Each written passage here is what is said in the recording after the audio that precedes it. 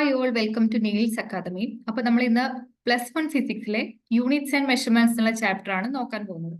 അപ്പോൾ ഫിസിക്സിലെ second chapter ആണ് യൂണിറ്റ്സ് ആൻഡ് മെഷർമെന്റ്സ് എന്ന് പറയുന്നത്. ഏറ്റവും സിമ്പിൾ ആയിട്ടുള്ള എന്നാൽ അത്യാവശ്യം ബേസിക് ആയിട്ടുള്ള കാര്യങ്ങൾ പറയുന്ന ഒരു ചാപ്റ്റർ ആണ് യൂണിറ്റ്സ് ആൻഡ് മെഷർമെന്റ്സ് എന്നുള്ളത്.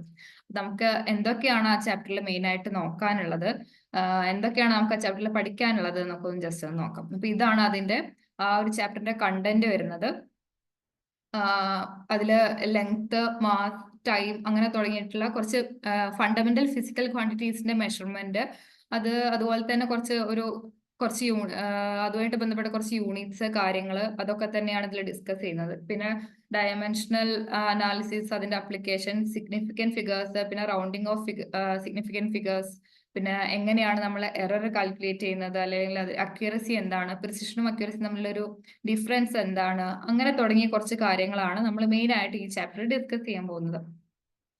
അപ്പൊ നമുക്ക് നോക്കാം എന്തൊക്കെയാണ് ഈ ഒരു ചാപ്റ്ററിൽ മെയിൻ ആയിട്ട് അതിന്റെ ആദ്യ ഭാഗത്തൊക്കെ എന്തൊക്കെയാണ് അത് പറയുന്നത് എന്നുള്ളത് നമുക്ക് ഇത്തിരി ഡീറ്റെയിൽ ആയിട്ട് നമുക്ക് നോക്കാം.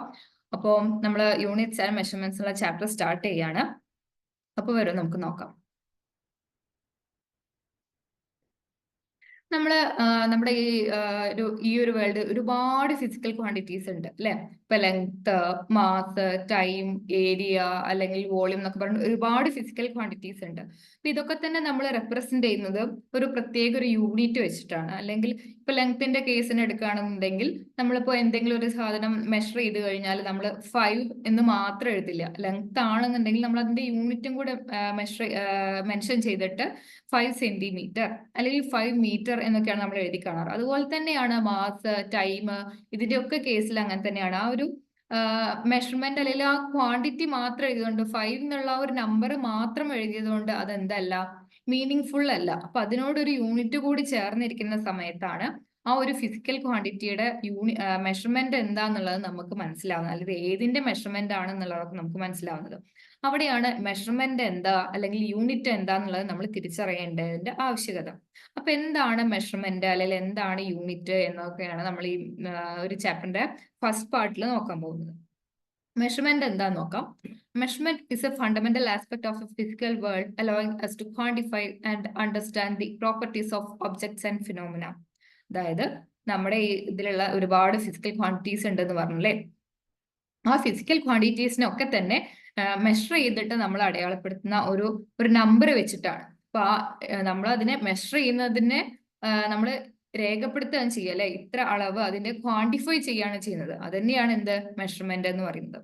ഇനി ആ മെഷർമെന്റ് ഒത്തിരി മീനിങ് ഫുൾ ആവണമെന്നുണ്ടെങ്കിൽ അതിൽ എന്ത് വേണം, യൂണിറ്റ് കൂടെ ചേർക്കണം. അല്ലെങ്കിൽ നമ്മളിപ്പോ എന്തിന്റെങ്കിലും ഒരു ലെങ്ത് പറയുന്നത്, അല്ലെങ്കിൽ നമ്മുടെ കയ്യിൽ ഒരു വയർ ഉണ്ട്, ആ വയറിന്റെ ലെങ്ത് നമ്മൾ 5 എന്ന് മാത്രം എഴുതിയത് കൊണ്ട് എന്തായില്ല, ആ ഒരു വയറിന്റെ ലെങ്ത് എന്താണെന്നുള്ളത് നമുക്ക് കറക്റ്റ് മനസ്സിലാക്കാൻ പറ്റില്ല.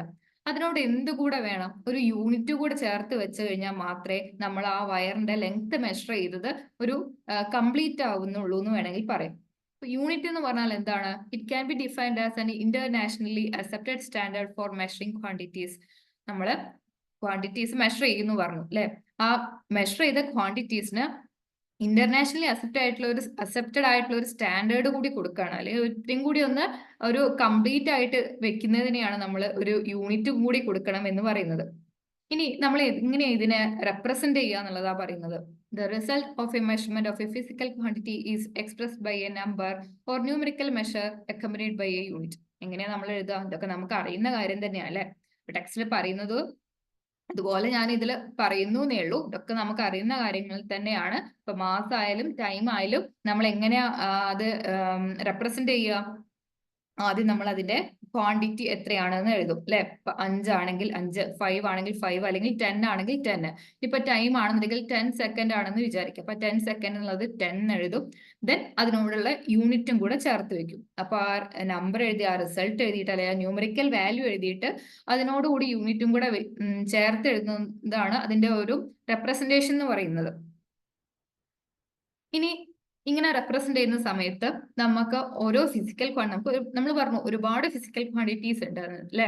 അപ്പൊ ഓരോ ഫിസിക്കൽ ക്വാണ്ടിറ്റീസിനോടും ഈ യൂണിറ്റ് ചേർത്ത് എഴുതുന്നതിന് ഒരു ഇന്റർനാഷണലി അക്സെപ്റ്റഡ് ആയിട്ടുള്ള ഒരു സിസ്റ്റം വേണം. അല്ലെ? ഇപ്പൊ ഇവിടെ നമ്മൾ 5 സെന്റിമീറ്റർ എന്നുള്ള യൂണിറ്റ് ആണ് നമ്മൾ എല്ലാവരും കോമൺ ആയിട്ട് ഉപയോഗിക്കുന്നതെന്ന് വിചാരിക്കാം.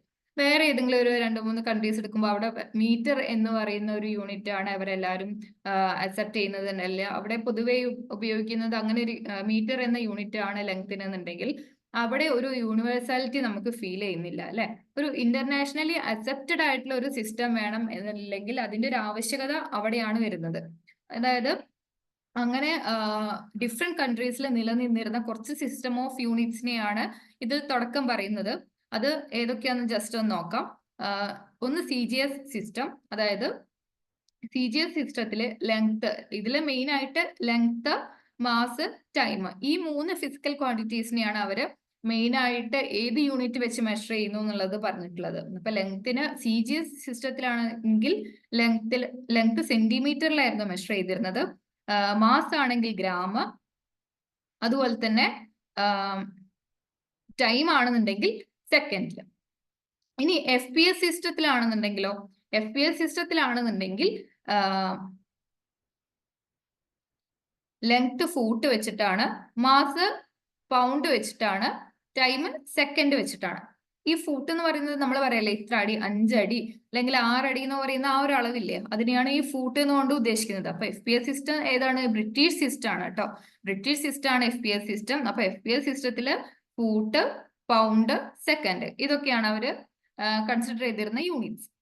ദെൻ നമുക്ക് അടുത്ത് വരുന്നത് MKS സിസ്റ്റം ആണ്. MKS സിസ്റ്റത്തില് ഇതൊന്നും കൂടി ഇപ്പോ നിലനിൽക്കുന്ന SI സിസ്റ്റമായിട്ട് കൂടുതൽ സിമിലാരിറ്റി ഉള്ള ഒരു സിസ്റ്റമാണ് MKS സിസ്റ്റം എന്ന് പറയുന്നത്. അതിൽ ലെങ്ത് മെഷർ ചെയ്യാൻ മീറ്റർ, മാസ് മെഷർ ചെയ്യാൻ കിലോഗ്രാം, ദെൻ ടൈം നമ്മൾ റെപ്രസെന്റ് ചെയ്യുന്നത് സെക്കൻഡിലായിരുന്നു റെപ്രസെന്റ് ചെയ്യുന്നത്.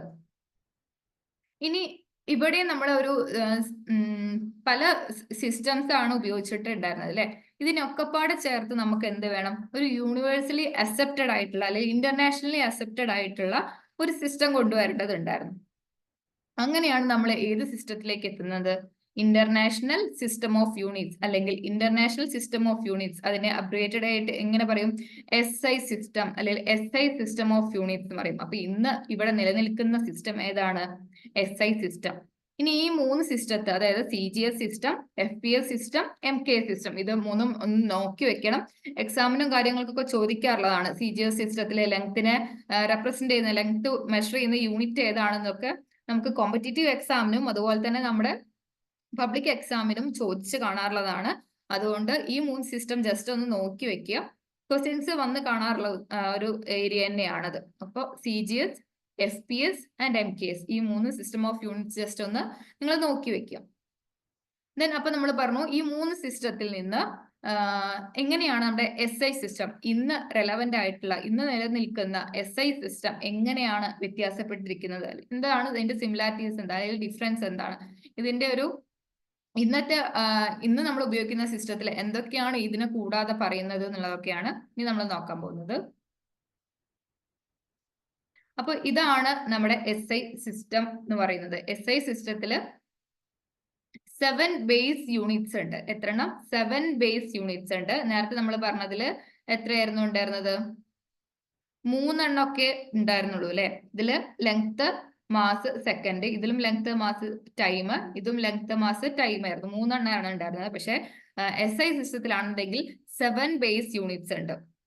ഓക്കെ, ഇനി ഏതൊക്കെയാണ് ആ 7 ബേസ് യൂണിറ്റ്സ് എന്നുള്ളത് നമുക്ക് ജസ്റ്റ് നോക്കാം.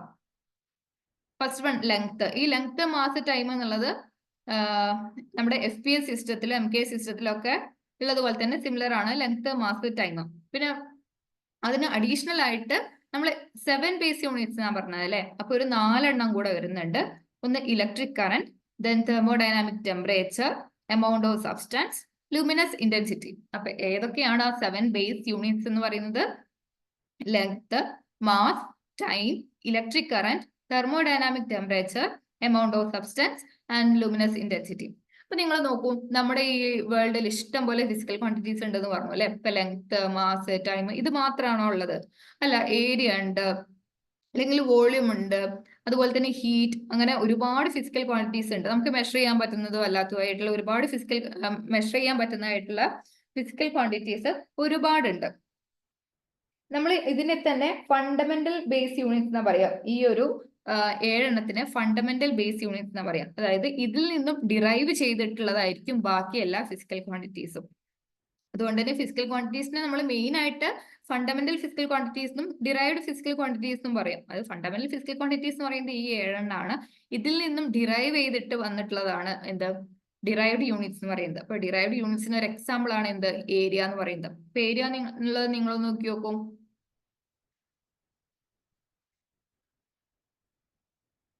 ഏരിയ എന്ന് പറയുന്നത് എന്താ ലെങ്ത് ഇൻറ്റു ലെങ്ത് ആണ് അല്ലെ, അല്ലെങ്കിൽ ലെങ്ത് ഇൻറ്റു ബ്രെഡ്ത്ത് എന്ന് പറയും. ബ്രെഡ്ത്ത് എന്ന് പറയുന്നതും ഒരു ലെങ്ത്തിന്റെ മെഷർമെന്റ് തന്നെയാണല്ലോ.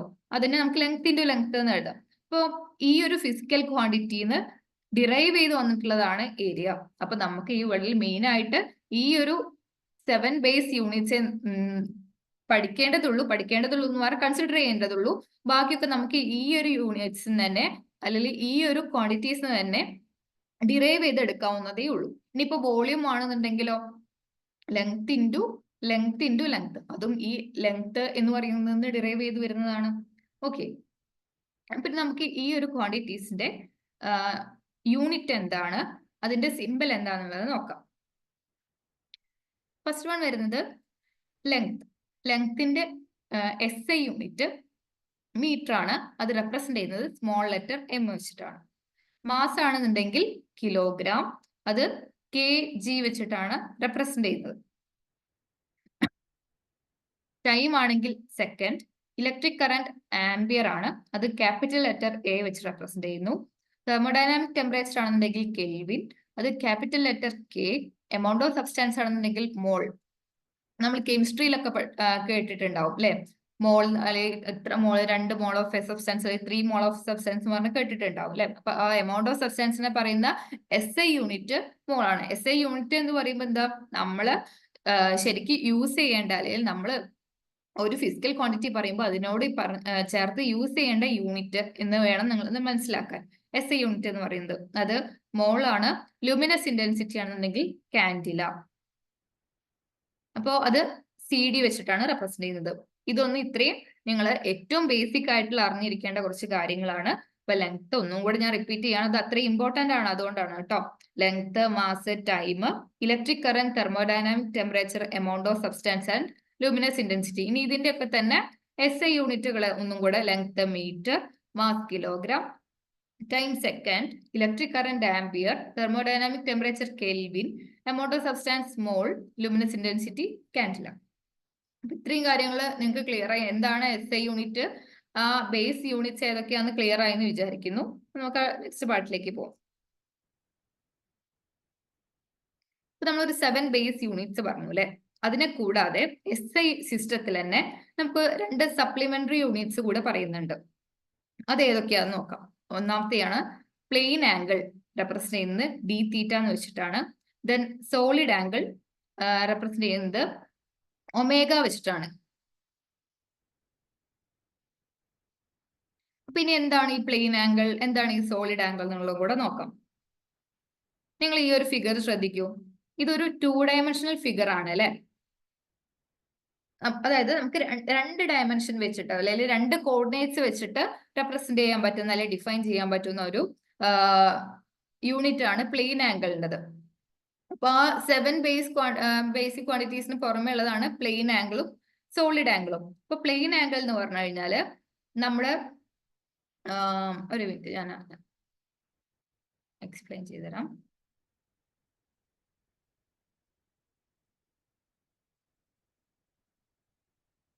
ഇപ്പൊ നമ്മളൊരു സർക്കിൾ വരയ്ക്കാന്ന് വിചാരിക്കാം.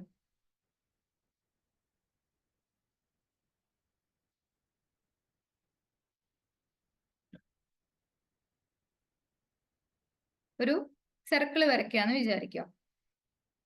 അപ്പൊ ആ ഒരു സർക്കിളിന്റെ സെന്റർ തൊട്ട് ആ ഒരു സർക്കിളിലേക്ക് വരയ്ക്കുന്ന ഏതൊരു ലൈനെയും നമ്മൾ എന്താണ് പറയുന്നത്, അതിന്റെ റേഡിയസ് ആണ് അല്ലെ. അപ്പോ ഇതിന്റെ സെന്റർ മാർക്ക് ചെയ്തു. ആ സെന്ററിൽ നിന്ന് ആ സർക്കിളിലേക്ക് വരയ്ക്കുന്ന ഏത് ലൈനും എന്താണ്, അതിന്റെ റേഡിയസ് ആണ് അല്ലെ. അപ്പൊ നമുക്ക് അതിനെ എങ്ങനെ മാർക്ക് ചെയ്യാം, R എന്ന് മാർക്ക് ചെയ്യാം. ഇതും അതിന്റെ റേഡിയസ് ആണ്, അതിന് R എന്ന് മാർക്ക് ചെയ്തു. ദെൻ ഇതിന്റെ ഇടയിൽ സബ്റ്റെൻഡ് ചെയ്യുന്ന ഈ ഒരു ആംഗിൾ ഉണ്ടല്ലോ, അതിന് നമ്മൾ തീറ്റ എന്നും കൂടെ മാർക്ക് ചെയ്യുകയാണെന്നുണ്ടെങ്കിൽ ഈ ഒരു ഏരിയ നോക്കൂ നിങ്ങൾ. ഇത് എന്താണ്? ഈ ഒരു സർക്കിളിൽ ഫോം ചെയ്തിട്ടുള്ള ഒരു ആർക്കാണ് അല്ലെ. ഇതിന് സിമിലർ അല്ലേ ഈ പ്ലെയിൻ ആംഗിൾ നമ്മളിവിടെ വരച്ചിട്ടുള്ള ഡി തീറ്റ അല്ലേ? അപ്പൊ നമുക്ക് ഇതിനെ എന്തായിട്ട് കൺസിഡർ ചെയ്യാം? ഒരു ആർക്കായിട്ട് നമുക്ക് വേണമെന്നുണ്ടെങ്കിൽ ഇതിനെ കൺസിഡർ ചെയ്യാം. ക്ലിയർ ആയോ? ഇതിന് നമുക്ക് ഒരു ആർക്കിന്റെ രൂപത്തിലാണ് അല്ലെ. ഇതൊരു സെന്റർ ആയിട്ട് എടുക്കുകയാണെന്നുണ്ടെങ്കിൽ, ഇതിപ്പോ ഈ ഒരു സെന്റർ ഇതുപോലെ തന്നെ O എന്ന് മാർക്ക് ചെയ്തു, ആ റേഡിയസ് R എന്ന് മാർക്ക് ചെയ്തു, തീറ്റ ഇവിടെ നമ്മൾ ഡി തീറ്റ എന്ന് എടുത്തിട്ടുള്ളത്. എന്തിനാ ഈ ഒരു ഡി തീറ്റ അല്ലെങ്കിൽ ഡി ഒമേഗ എന്ന് പറഞ്ഞ് നമ്മൾ മാർക്ക് ചെയ്യുന്നത്? അതായത് നമ്മൾ എടുക്കുന്ന ഈ ഒരു അളവ് വളരെ ചെറിയ ഒരു എമൗണ്ട് ആണെന്നുണ്ടെങ്കിൽ, അതായത് ഇത് സ്മോൾ ഡിഫറൻസ് അല്ലെങ്കിൽ സ്മോൾ ക്വാണ്ടിറ്റി ആണെന്നുണ്ടെങ്കിൽ ഇനിയാണ് റെപ്രസെന്റ് ചെയ്യുന്നത് നമ്മൾ ഡി തീറ്റ, വളരെ ചെറിയ ഒരു അളവ്. അത്ര ഈ ഡി കൊണ്ട് ഡി തീറ്റ എന്ന് ചേർത്ത് വെക്കുന്നതുകൊണ്ട് നമ്മൾ ഉദ്ദേശിക്കുന്നുള്ളൂ. അപ്പോ ആ ആംഗിൾ ഡി തീറ്റ വന്നു. പിന്നെ ഇതെന്ന് പറയുന്നത് എന്താ? സർക്കിളിന്റെ ഒരു ഭാഗം തന്നെയാണ് കേട്ടോ. ആ സർക്കിളിന്റെ ഒരു ഭാഗം തന്നെയാണ്. അപ്പൊ അത് എന്താണ്? ഒരു ആർക്കിന്റെ ഷേപ്പിലാണ് വന്നിട്ടുള്ളത്. അപ്പൊ നമുക്ക് ഇതിനെ വേണമെന്നുണ്ടെങ്കിൽ ഈ ഒരു ഡി എസ് എന്ന് പറയുന്ന ലെങ്ത് നമുക്ക് ആർക്ക് ലെങ്ത് എന്ന് വിളിച്ചൂടെ? അങ്ങനെയെങ്കിൽ ഈ ഡി തീറ്റ എന്ന് പറയുന്നത് ഡിഫൈൻ ചെയ്യുന്നത് എങ്ങനെയാന്ന് വെച്ചാൽ ഡി എസ് ബൈ ആർ, അതായത് ഈ arc length divided by radius. ഇത് തന്നെയാണ് എന്ത്? പ്ലെയിൻ ആംഗിൾ കൊണ്ടും ഉദ്ദേശിക്കുന്നത്. അപ്പൊ പ്ലെയിൻ ആംഗിൾ ഡി തീറ്റ എന്ന് പറയുന്നത് എന്താ? Ratio of length of arc, അതാണ് നമ്മൾ പറഞ്ഞ arc length D S to the radius R, D S divided by R. അതാണ് എന്ത്? ഡി തീറ്റ അല്ലെങ്കിൽ പ്ലെയിൻ ആംഗിൾ എന്ന് പറയുന്നത്. പ്ലെയിൻ ആംഗിൾ എന്ന് പറയുന്നത് D theta equal to D S by R, where D S is the arc length and R is the radius. അപ്പൊ ഒരു circle ഈ O എന്ന് പറയുന്നത് സെന്റർ ആയിട്ട് വരുന്ന ഒരു സർക്കിൾ വരയ്ക്കുകയാണെന്നുണ്ടെങ്കിൽ, ഒരു സർക്കിൾ ഇങ്ങനെ കംപ്ലീറ്റ് ചെയ്യുകയാണെന്നുണ്ടെങ്കിൽ ആ സർക്കിളിന്റെ റേഡിയസ് ആയിരിക്കും ഈ R, അതിന്റെ ഒരു ആർക്ക് ലെങ്ത് ആയിരിക്കും ഈ DS എന്ന് പറയുന്നത്. അതുകൊണ്ട് തന്നെ പ്ലെയിൻ ആംഗിളിന് നമ്മൾ ഇത് ഒരു പ്ലെയിനിൽ വെച്ചിട്ട് നമുക്ക് എക്സ്പ്ലെയിൻ ചെയ്യാവുന്നതേ ഉള്ളൂ അല്ലെ. ഒരു 2 ഡയമെൻഷനിൽ അല്ലെങ്കിൽ ഒരു 2 കോർഡിനേറ്റ്സ് വെച്ചിട്ട് നമുക്ക് എക്സ്പ്ലെയിൻ ചെയ്യാവുന്നതേ ഉള്ളൂ. അപ്പൊ ഇത് പ്ലെയിൻ ആംഗിൾ ഒരു പ്ലെയിനിൽ വെച്ചിട്ടാണ് നമ്മൾ പറയുന്നത് അല്ലെ. അതിന് നമ്മൾ എങ്ങനെ ഡിഫൈൻ ചെയ്യുക?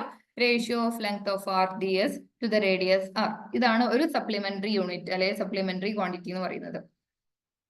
ഇനി നെക്സ്റ്റ് വൺ സോളിഡ് ആംഗിൾ. ഈ സോളിഡ് ആംഗിൾ എന്താ? ഇത് സെയിം തന്നെ, ഇത് നമ്മളൊരു സർക്കിളിന്റെ കേസിലാണ് പറഞ്ഞത്. അതായത് സർക്കിൾ എന്ന് പറയുമ്പോൾ ഒരു 2 ഡയമെൻഷണൽ ഫിഗർ ആണ് അല്ലെ.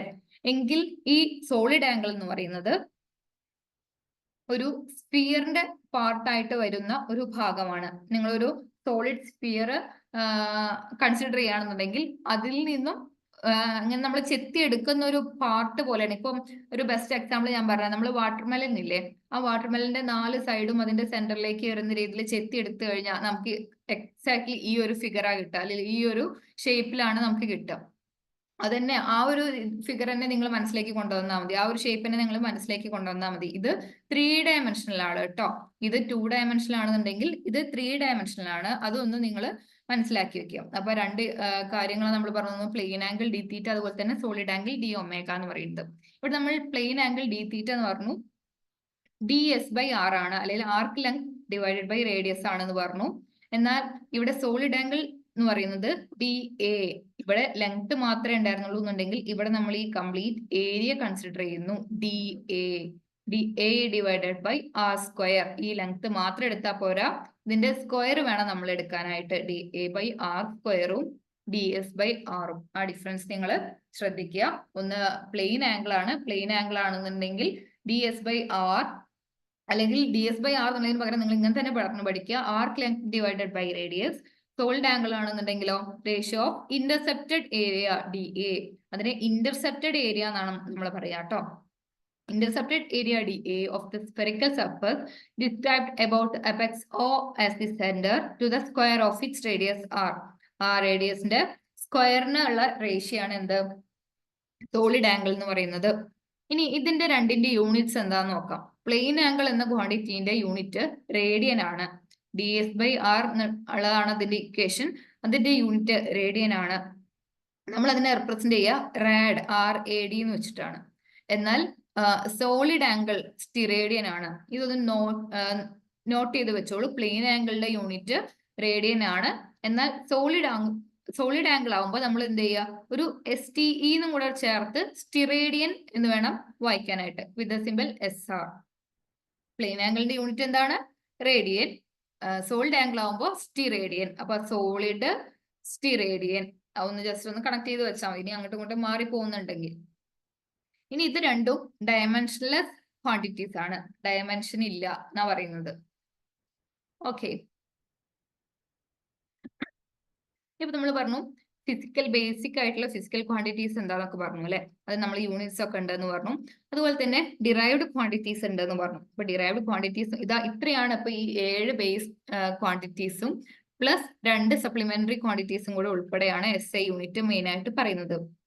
ഇനി ഇത്രയും ക്വാണ്ടിറ്റീസ് മതി നമുക്ക് വേറെ ഏത് ഡിറൈവ്ഡ് ക്വാണ്ടിറ്റീസും നമുക്ക് യൂണിറ്റ് പറയാനായിട്ട്, അല്ലെങ്കിൽ യൂണിറ്റ് പറയാനായിട്ട്.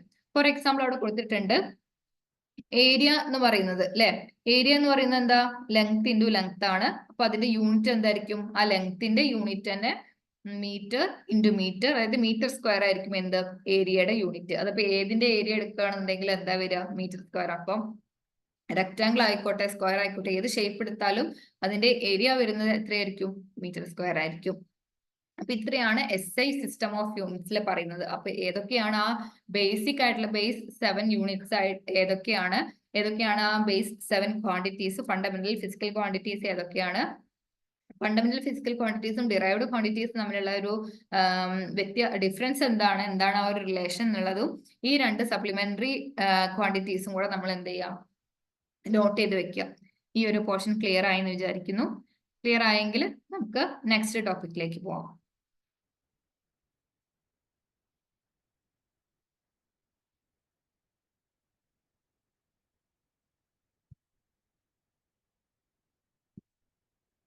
ഇനി അടുത്തതായിട്ട് നമുക്ക് നോക്കാൻ പോകുന്നത്, അപ്പൊ നമ്മൾ പറഞ്ഞു 7 base quantities and 7 base units ഉണ്ടെന്ന് പറഞ്ഞു അല്ലെ.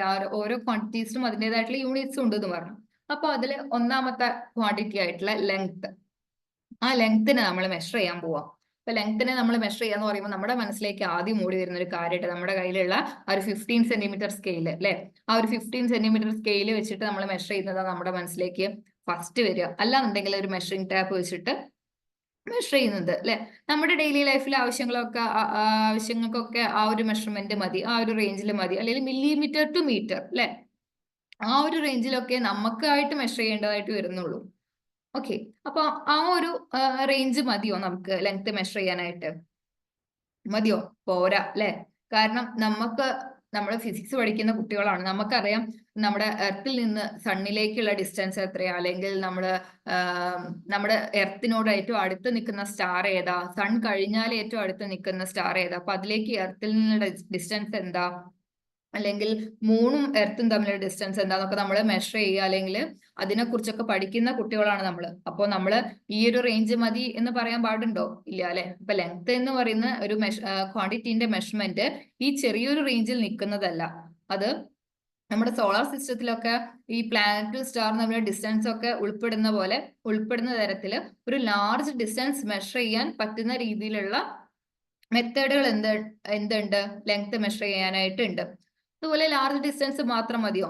പോരാ അല്ലെ. നമ്മുടെ മോളിക്കുലാർ സൈസിൽ, അതായത് സബറ്റോമിക് പാർട്ടിക്കിൾസിന്റെ അല്ലെങ്കിൽ സൈസ് ഓഫ് മോളിക്യൂൾസ് ഒക്കെ മെഷർ ചെയ്യാൻ വേണ്ടിയിട്ട് അത്രയും പ്രിസൈസ് ആയിട്ടുള്ള, അല്ലെങ്കിൽ അത്രയും സ്മോൾ ലെങ്ത് മെഷർ ചെയ്യാനുള്ള മെത്തേഡ്സും എന്ത് വേണം? നമുക്ക് അറിഞ്ഞിരിക്കേണ്ടതുണ്ട് അല്ലെ. അപ്പൊ ഇവിടെ മെയിൻ ആയിട്ട് ഒരു 3 മെത്തേഡാണ് പറയുന്നത്. ഒന്ന് ഡയറക്റ്റ് മെത്തേഡ്. ഡയറക്റ്റ് മെത്തേഡ് എന്ന് പറഞ്ഞാൽ എന്താ? നമ്മുടെ കയ്യിലുള്ള മീറ്റർ സ്കെയിലോ അല്ലെങ്കിൽ വെർണിയൽ കാലിപ്പേഴ്സോ അല്ലെങ്കിൽ മൈക്രോമീറ്റർ ഒക്കെ വെച്ചിട്ട് നമ്മൾ ഡയറക്റ്റ് മെഷർ ചെയ്യുക. അത് തന്നെയാണ് ഡയറക്റ്റ് മെത്തേഡ് എന്ന് പറയുന്നത്. ഇതൊക്കെ വെച്ചിട്ട് നമ്മൾ ഡയറക്റ്റ് മെഷർ ചെയ്യുക. അതിന്റെ ഒരു റേഞ്ച് എന്ന് പറയുന്നത് എവിടെ മുതൽക്ക് എവിടെ വരെ? ഒരു മില്ലിമീറ്റർ സ്കെയിൽ മുതൽക്ക് മീറ്റർ സ്കെയിൽ വരെ ഉള്ളത്, മീറ്റർ റേഞ്ചിൽ വരെ ഉള്ളത് നമുക്ക് എന്ത് ചെയ്യാം? മെഷർ ചെയ്യാൻ പറ്റും. ഇനി രണ്ടാമത്തത് പാരലാക്സ് മെത്തേഡ് ആണ്. അപ്പൊ പാരലാക്സ് മെത്തേഡ് എന്തിനാ ഉപയോഗിക്കുന്നത്? എന്തിനാന്ന് വെച്ചാൽ large distance to measure large distance measure ചെയ്യാൻ വേണ്ടിയിട്ടാണ് പാരലാക്സ് മെത്തേഡ് ഉപയോഗിക്കുന്നത്. For example distance between planet and star, നമ്മൾ എന്താ ഉപയോഗിക്കുന്നത്? പാരലാക്സ് മെത്തേഡ് ആണ് ഉപയോഗിക്കുന്നത്. ഇനി എങ്ങനെയാ ഈ പാരലാക്സ് മെത്തേഡ് ഉപയോഗിക്കുന്നത്? ഒരു ഒബ്ജക്റ്റിനെ by observing object from 2 different locations and the angle of parallax can be use to calculate the distance. എങ്ങനെയാണ് നമ്മൾ അതിനെ മെഷർ ചെയ്യുന്നത്? പാരലാക്സ് മെത്തേഡ് വെച്ച് ഡിസ്റ്റൻസ് എങ്ങനെയാണ് നമ്മൾ മെഷർ ചെയ്യുന്നത്? ഒരു ഒബ്ജക്റ്റിനെ 2 ഡിഫറെന്റ് ലൊക്കേഷൻസ് നമ്മൾ എന്ത് ചെയ്യാണ്? ഒബ്സർവ് ചെയ്യാണ് അല്ലെ. Observing object from 2 different locations the angle of parallax can be used to calculate the distance. അങ്ങനെ ഒരു ഒബ്ജക്റ്റിന്റെ 2 ഡിഫറെന്റ് ലൊക്കേഷൻസിനുള്ള ലൊക്കേഷൻസ് ഒബ്സർവ് ചെയ്തിട്ട് ഒരു ആംഗിൾ ഓഫ് പാരലാക്സ് കാൽക്കുലേറ്റ് ചെയ്യാനുണ്ട്. നമുക്ക് നെക്സ്റ്റ് പറയാം കേട്ടോ. അങ്ങനെ ആ ആംഗിൾ ഓഫ് പാരലാക്സ് കാൽക്കുലേറ്റ് ചെയ്തിട്ട് നമ്മൾ എന്താ മെഷർ ചെയ്യുക? ലാർജ് ഡിസ്റ്റൻസസ് മെഷർ ചെയ്യുന്നത്. അതിനെയാണ് പാരലാക്സ് മെത്തേഡ് നിന്ന് ഉപയോഗിക്കുന്നത്. ഇനി ഈ സ്മോൾ ലെങ്ത് ആണെന്നുണ്ടെങ്കിലോ, ലൈക്ക് സൈസ് ഓഫ് മോളിക്യൂൾസ്, നമ്മൾ അതിന് സ്പെഷ്യലൈസ് ടെക്നിക്സ് ആയിട്ടുള്ള ഇലക്ട്രോൺ മൈക്രോസ്കോപ്പി, ടണലിംഗ് മൈക്രോസ്കോപ്പി ഒക്കെയാണ് നമ്മൾ ഉപയോഗിക്കുന്നത്. അത് എന്തിനാണ്? ഹൈ പ്രിസൈസ് ആയിട്ടുള്ളതാണ് അല്ലെ. അപ്പൊ ഈ പ്രിസിഷൻ എന്നുകൊണ്ട് എന്താ ഉദ്ദേശിക്കുന്നത്? നിങ്ങൾക്ക് അറിയോ എന്താ ഈ പ്രിസിഷൻ എന്നുകൊണ്ട് ഉദ്ദേശിക്കുന്നത് വെച്ചാല്? സിമ്പിൾ ആയിട്ട് ഞാൻ ഇങ്ങനെ പറഞ്ഞുതരാം. അതായത് നമ്മുടെ കയ്യിലുള്ള നമ്മൾ നേരത്തെ പറഞ്ഞ 15 സെന്റിമീറ്റർ സ്കെയിൽ ഉണ്ട് അല്ലെ. സ്കെയിലാണ് കേട്ടോ, 15 സെന്റിമീറ്റർ സ്കെയിൽ ഉണ്ട് അല്ലെ. അപ്പൊ 15 സെന്റിമീറ്റർ സ്കെയില് നമ്മള് 1 to എവിടെ വരെ, ഏത് മുതൽക്ക് ഏത് വരെ അതിൽ മാർക്ക് ചെയ്തിട്ടുള്ളത്? 1 to 15 വരെ അതിൽ മാർക്ക് ചെയ്തിട്ടുണ്ട്. അപ്പൊ ആ ഒരു സ്കെയില്, ഇത് സ്കെയിലാണെന്ന് വിചാരിക്കുക കേട്ടോ. അപ്പൊ സ്കെയില് ഫസ്റ്റ് 0 ഉണ്ടാവും, പിന്നെ 1 മാർക്ക് ചെയ്തിട്ടുണ്ട്, പിന്നെ 2 മാർക്ക് ചെയ്തിട്ടുണ്ട്, അങ്ങനെ മാർക്ക് ചെയ്തിട്ട് 15 വരെ മാർക്ക് ചെയ്തിട്ടുണ്ട്. ഈ 1 സെന്റിമീറ്റർ, ഈ 1 മുതൽക്ക് 2 വരെയുള്ള ഒരു ഇതിനെയാണ് നമ്മൾ 1 സെന്റിമീറ്റർ എന്ന് പറയുന്നത്. അല്ലെങ്കിൽ ഈ 0 മുതൽക്ക് മാർക്ക് ചെയ്ത മുതൽക്ക് 1 വരെ ഉള്ളത് 1 സെന്റിമീറ്റർ. അതിങ്ങനെ ഓരോന്നും ഓരോ സെന്റിമീറ്റർ വീതമാണ്. ഇനി ഈ 0 to 1 വരെയുള്ള ഈ 1 സെന്റിമീറ്ററിനെ വീണ്ടും ഒരു 10 ഡിവിഷൻസ് ആയിട്ട് ഇങ്ങനെ കൊടുത്തിട്ടുണ്ടാവും. പിന്നെ അഗെയിൻ ഒരു 5th ലൈൻ ഇത്തിരി ലെങ്ത്തിൽ, ദെൻ ഒരു 4 ലൈൻസും കൂടെ ഉണ്ടാവും. അപ്പൊ ആ ഒരു സ്മോൾ ലൈൻസ് എന്തിനെ സൂചിപ്പിക്കുന്നതാ? മില്ലിമീറ്ററിനെ സൂചിപ്പിക്കുന്നതാണ് അല്ലെ. നമുക്ക് ഈ സ്കെയിൽ വെച്ചിട്ട് 2 സെന്റിമീറ്റർ മെഷർ ചെയ്യാം, 3 സെന്റിമീറ്റർ മെഷർ ചെയ്യാം, അതുപോലെ തന്നെ 3.5 സെന്റിമീറ്റർ മെഷർ ചെയ്യാം. അതായത് 3 സെന്റിമീറ്ററും 5 മില്ലിമീറ്ററും അല്ലെ. ഈ 5 എന്താണ്? മില്ലിമീറ്റർ. അതുവരെ നമുക്ക് മെഷർ ചെയ്യാൻ പറ്റും. ഓക്കെ. അപ്പോ ഈ ഒരു സ്കെയിലിന്റെ പ്രിസിഷൻ എന്ന് പറഞ്ഞു കഴിഞ്ഞാല് 0.1 ആണെന്ന് പറയേണ്ടി വരും. കാരണം നമുക്ക് 3 കഴിഞ്ഞിട്ട് ഒരു 5 മില്ലിമീറ്റർ എന്ന് പറയും കൂടി എന്ത് ചെയ്യാൻ പറ്റുള്ളൂ? മെഷർ ചെയ്യാൻ പറ്റുള്ളൂ. അപ്പോൾ അത് അത്ര പ്രിസൈസ് ആയിട്ടുള്ളൂ. ഇനി വേറെ ഏതെങ്കിലും ഒരു സ്കെയിൽ വെച്ചിട്ട് നമുക്ക് 3.52 വരെ മെഷർ ചെയ്യാൻ പറ്റുന്നുണ്ടെങ്കിൽ ഈ ഒരു സ്കെയിൽ കുറച്ചും കൂടെ പ്രിസൈസ് ആണെന്ന് പറയും. ഓക്കെ. അപ്പൊ ഒരു 0.01 ആണ് അതിന്റെ പ്രിസിഷൻ എന്ന് വേണമെന്നുണ്ടെങ്കിൽ നമുക്ക് പറയാം. ജസ്റ്റ് പ്രിസിഷൻ എന്താന്ന് പറഞ്ഞു എന്നേ ഉള്ളൂ. അത് നമുക്ക് ഇനി വരാൻ പോകുന്നതേ ഉള്ളൂ. അപ്പൊ ഇവിടെ ഇനി ഇത് കഴിഞ്ഞിട്ടുള്ള ടോപ്പിക്കാണ് പ്രിസിഷൻ എന്ന് പറയുന്നത്. ഞാൻ ജസ്റ്റ് ഒന്ന് മനസ്സിലാവാൻ വേണ്ടി പറഞ്ഞു എന്നേ ഉള്ളൂ. അപ്പൊ അതുപോലെ മോളിക്യൂൾസിന്റെ സൈസ്, സ്മോൾ ലെങ്ത് മെഷർ ചെയ്യാൻ വേണ്ടിയിട്ട് ഇലക്ട്രോൺ മൈക്രോസ്കോപ്പി അല്ലെങ്കിൽ ടണലിംഗ് മൈക്രോസ്കോപ്പി ഒക്കെ നമ്മൾ എന്ത് ചെയ്യുന്നുണ്ട്? യൂസ് ചെയ്യുന്നുണ്ട്. ഇനി നമ്മൾ നേരത്തെ പറഞ്ഞു പാരലാക്സ് മെത്തേഡ് അല്ലെ. അതായത് ലാർജ് ഡിസ്റ്റൻസസ് മെഷർ ചെയ്യാൻ വേണ്ടിയിട്ടുള്ള ഒരു മെത്തേഡാണ് പാരലാക്സ് മെത്തേഡ്. ഇതെന്താ നമുക്ക് ഡീറ്റെയിൽ ആയിട്ട് നോക്കാം. എങ്ങനെയാണ് ഈ പാരലാക്സ് മെത്തേഡ് വെച്ചിട്ട് ലാർജ് ഡിസ്റ്റൻസ് മെഷർ ചെയ്യുന്നത് നമുക്ക് നോക്കാം. അപ്പം പാരലാക്സ് എന്ന് പറയുന്നത് എന്താണ്? It's a displacement or difference in the apparent position of an object viewed along 2 different lines of sight. നമ്മൾ നേരത്തെ പറഞ്ഞു ഒരു ഒബ്ജക്റ്റിനെ 2 ഡിഫറെന്റ് പൊസിഷനിൽ നിന്ന് ഒബ്സർവ് ചെയ്തിട്ട് അതിന്റെ ഒരു ആംഗിൾ ഓഫ് പാരലാക്സ് കാൽക്കുലേറ്റ് ചെയ്തിട്ടാണ് നമ്മൾ എന്ത് ചെയ്യുന്നത്? ഈ ലാർജ് ഡിസ്റ്റൻസ് മെഷർ ചെയ്യുന്നത്. ഒരു എക്സാമ്പിൾ ഞാൻ പറയാം. നമുക്കൊരു സണ്ണിൽ നിന്ന് എർത്തിലേക്കുള്ള ഒരു ഡിസ്റ്റൻസ് കാണണമെന്ന് വിചാരിക്കുക. അപ്പൊ നമ്മൾ എർത്തിൽ നിന്ന് 2 പൊസിഷനിൽ നിന്ന് എർത്തിൽ നിന്ന് സണ്ണിനെ നമ്മൾ 2 പൊസിഷനിൽ നിന്ന് ഒബ്സർവ് ചെയ്യാണ്. ആ ഒരു ഒബ്സർവേഷൻ വെച്ച് നമുക്ക് ആ പാരലാക്റ്റിക് ആംഗിളും കൂടെ കിട്ടുകയാണെന്നുണ്ടെങ്കിൽ നമുക്ക് എന്ത് ചെയ്യാം? ഈ ഒരു ഡിസ്റ്റൻസ് കാൽക്കുലേറ്റ് ചെയ്യാം. അത് എങ്ങനെയാണെന്നുള്ളതാണ് ഡീറ്റെയിൽ ആയിട്ട് ഇവിടെ പറയുന്നത്. To measure the distance d of a faraway planet S by the parallax method, we observe it from 2 different positions A and B on the Earth. അപ്പൊ നമുക്കൊരു ഫാർ ഒബ്ജക്റ്റ് ഉണ്ട്, അതായത് ഇത്ര ഡിസ്റ്റൻസിലുള്ള ഒരു ഒബ്ജക്റ്റ് ഉണ്ട്. ആ ഒബ്ജക്റ്റ് എസ് ആണെന്ന് വിചാരിക്കുക. ഒരു ഇത്ര ഡിസ്റ്റൻസിലുള്ള ഒരു പ്ലാനറ്റ് ആണ് എസ്.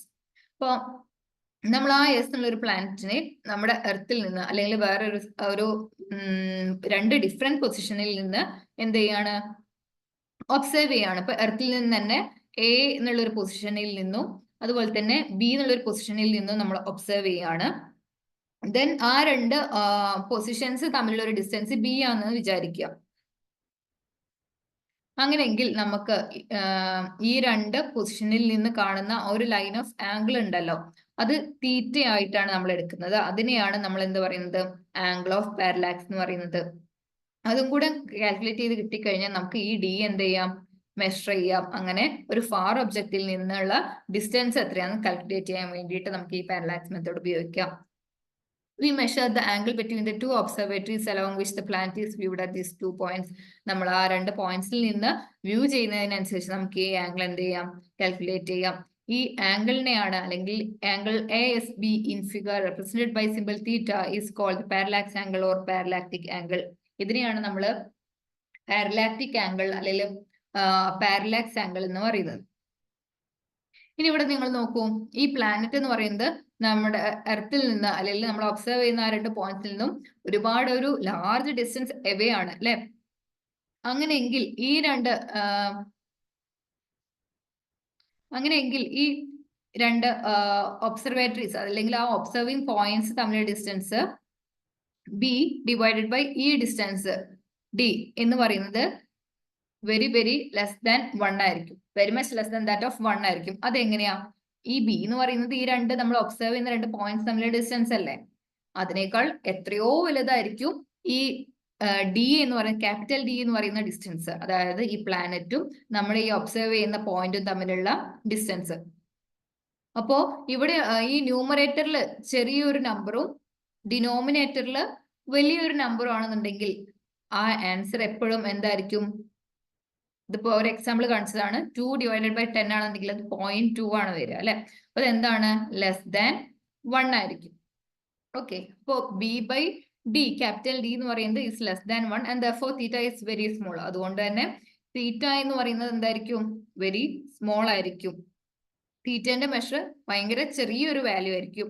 നിങ്ങൾക്ക് ആലോചിച്ചാൽ തന്നെ അറിയാം, നമ്മൾ ഈ ഒരു തൊട്ടടുത്ത രണ്ട് അല്ലെങ്കിൽ തൊട്ടടുത്ത നല്ല രണ്ട് പോയിന്റ്സ് തമ്മിലുള്ള ഒരു ഡിസ്റ്റൻസ് ബി, അത് ഏറെക്കുറെ ചെറിയൊരു ഡിസ്റ്റൻസ് ആവാം. എന്നിട്ട് നമ്മൾ ഒരുപാട് ദൂരെയുള്ള ഒരു വസ്തു ഒബ്സർവ് ചെയ്യുകയാണെന്നുണ്ടെങ്കിൽ ഈ ഒരു നമുക്ക് രണ്ട് പൊസിഷനിൽ ഈ ഒരു പ്ലാനറ്റ് കാണുന്ന ദൂരം സെയിം ആയിട്ടാ തോന്നാം അല്ലെ. അത് മാത്രമല്ല ഈ ഒരു ആംഗിള് ഒരേ പൊസിഷനിൽ നിന്ന് നമുക്ക് കാണുന്ന പോലെ തോന്നും. ഈ ആംഗിള് ഭയങ്കര ചെറുതായ പോലെ നമുക്ക് തോന്നും. Then they approximately take AB as an arc of length B of a circle with center at S and the distance D as the radius. അതായത് നമ്മൾ നേരത്തെ പ്ലെയിൻ ആംഗിളിന്റെ കേസ് പറഞ്ഞു അല്ലെ, നമ്മൾ പ്ലെയിൻ ആംഗിളിന്റെ കേസ് പറഞ്ഞു. ആ പ്ലെയിൻ ആംഗിളിലും നമ്മൾ ഏകദേശം ഇതുപോലൊരു ഫിഗർ ആണ് വരച്ചത്. ഇവിടെ നമ്മൾ ആ ഡിസ്റ്റൻസ് എടുത്തു എന്നേ ഉള്ളൂ, ഒരു ആർക്കായിട്ടാണ് ഈ പ്ലെയിൻ ആംഗിളിന്റെ കേസിൽ പറയുന്നത്. എന്നിട്ട് നമ്മൾ പറഞ്ഞു ഈ ആംഗിൾ എന്ന് പറയുന്നത് എന്താണ്, arc length divided by radius ആണെന്ന് പറഞ്ഞു അല്ലെ. അതിന് സിമിലർ ആയിട്ടുള്ള ഒരു കാൽക്കുലേഷൻ തന്നെയാണ് ഇവിടെയും വരുന്നത്. ഓക്കെ, അപ്പൊ ഇവിടെ ആ തീറ്റ എന്ന് പറയുന്നത് പാരലാക്സ് ആംഗിൾ ആണ്. ഇത് എന്ന് പറയുന്നത് ബി, നമ്മൾ രണ്ട് ഒബ്സർവേറ്ററീസ് തമ്മിലുള്ള ഡിസ്റ്റൻസ് ആണ്. ഇത് ആ ഒരു നമ്മൾ മെഷർ ചെയ്യുന്ന ഡിസ്റ്റൻസ് ആണ് ക്യാപിറ്റൽ ഡി എന്ന് പറയുന്നത്. ഇനി ഇതിനെയും നമ്മൾ നേരത്തെ പറഞ്ഞ പോലെ ഒരു സർക്കിളും സർക്കിളിന്റെ സെന്ററും ആയിട്ടും ഈ സ്മോൾ ബി എന്ന് പറയുന്നത് ഒരു ആർക്കും ആയിട്ട് കൺസിഡർ ചെയ്യണം എന്നാണ് പറയുന്നത്. അങ്ങനെ കൺസിഡർ ചെയ്യണമെന്നുണ്ടെങ്കിൽ നമുക്ക് നോക്കി നോക്കാം. ഫോർ എക്സാമ്പിൾ ഞാൻ വരച്ചു കാണിച്ചു തരാം, ഒരു മിനിറ്റ്.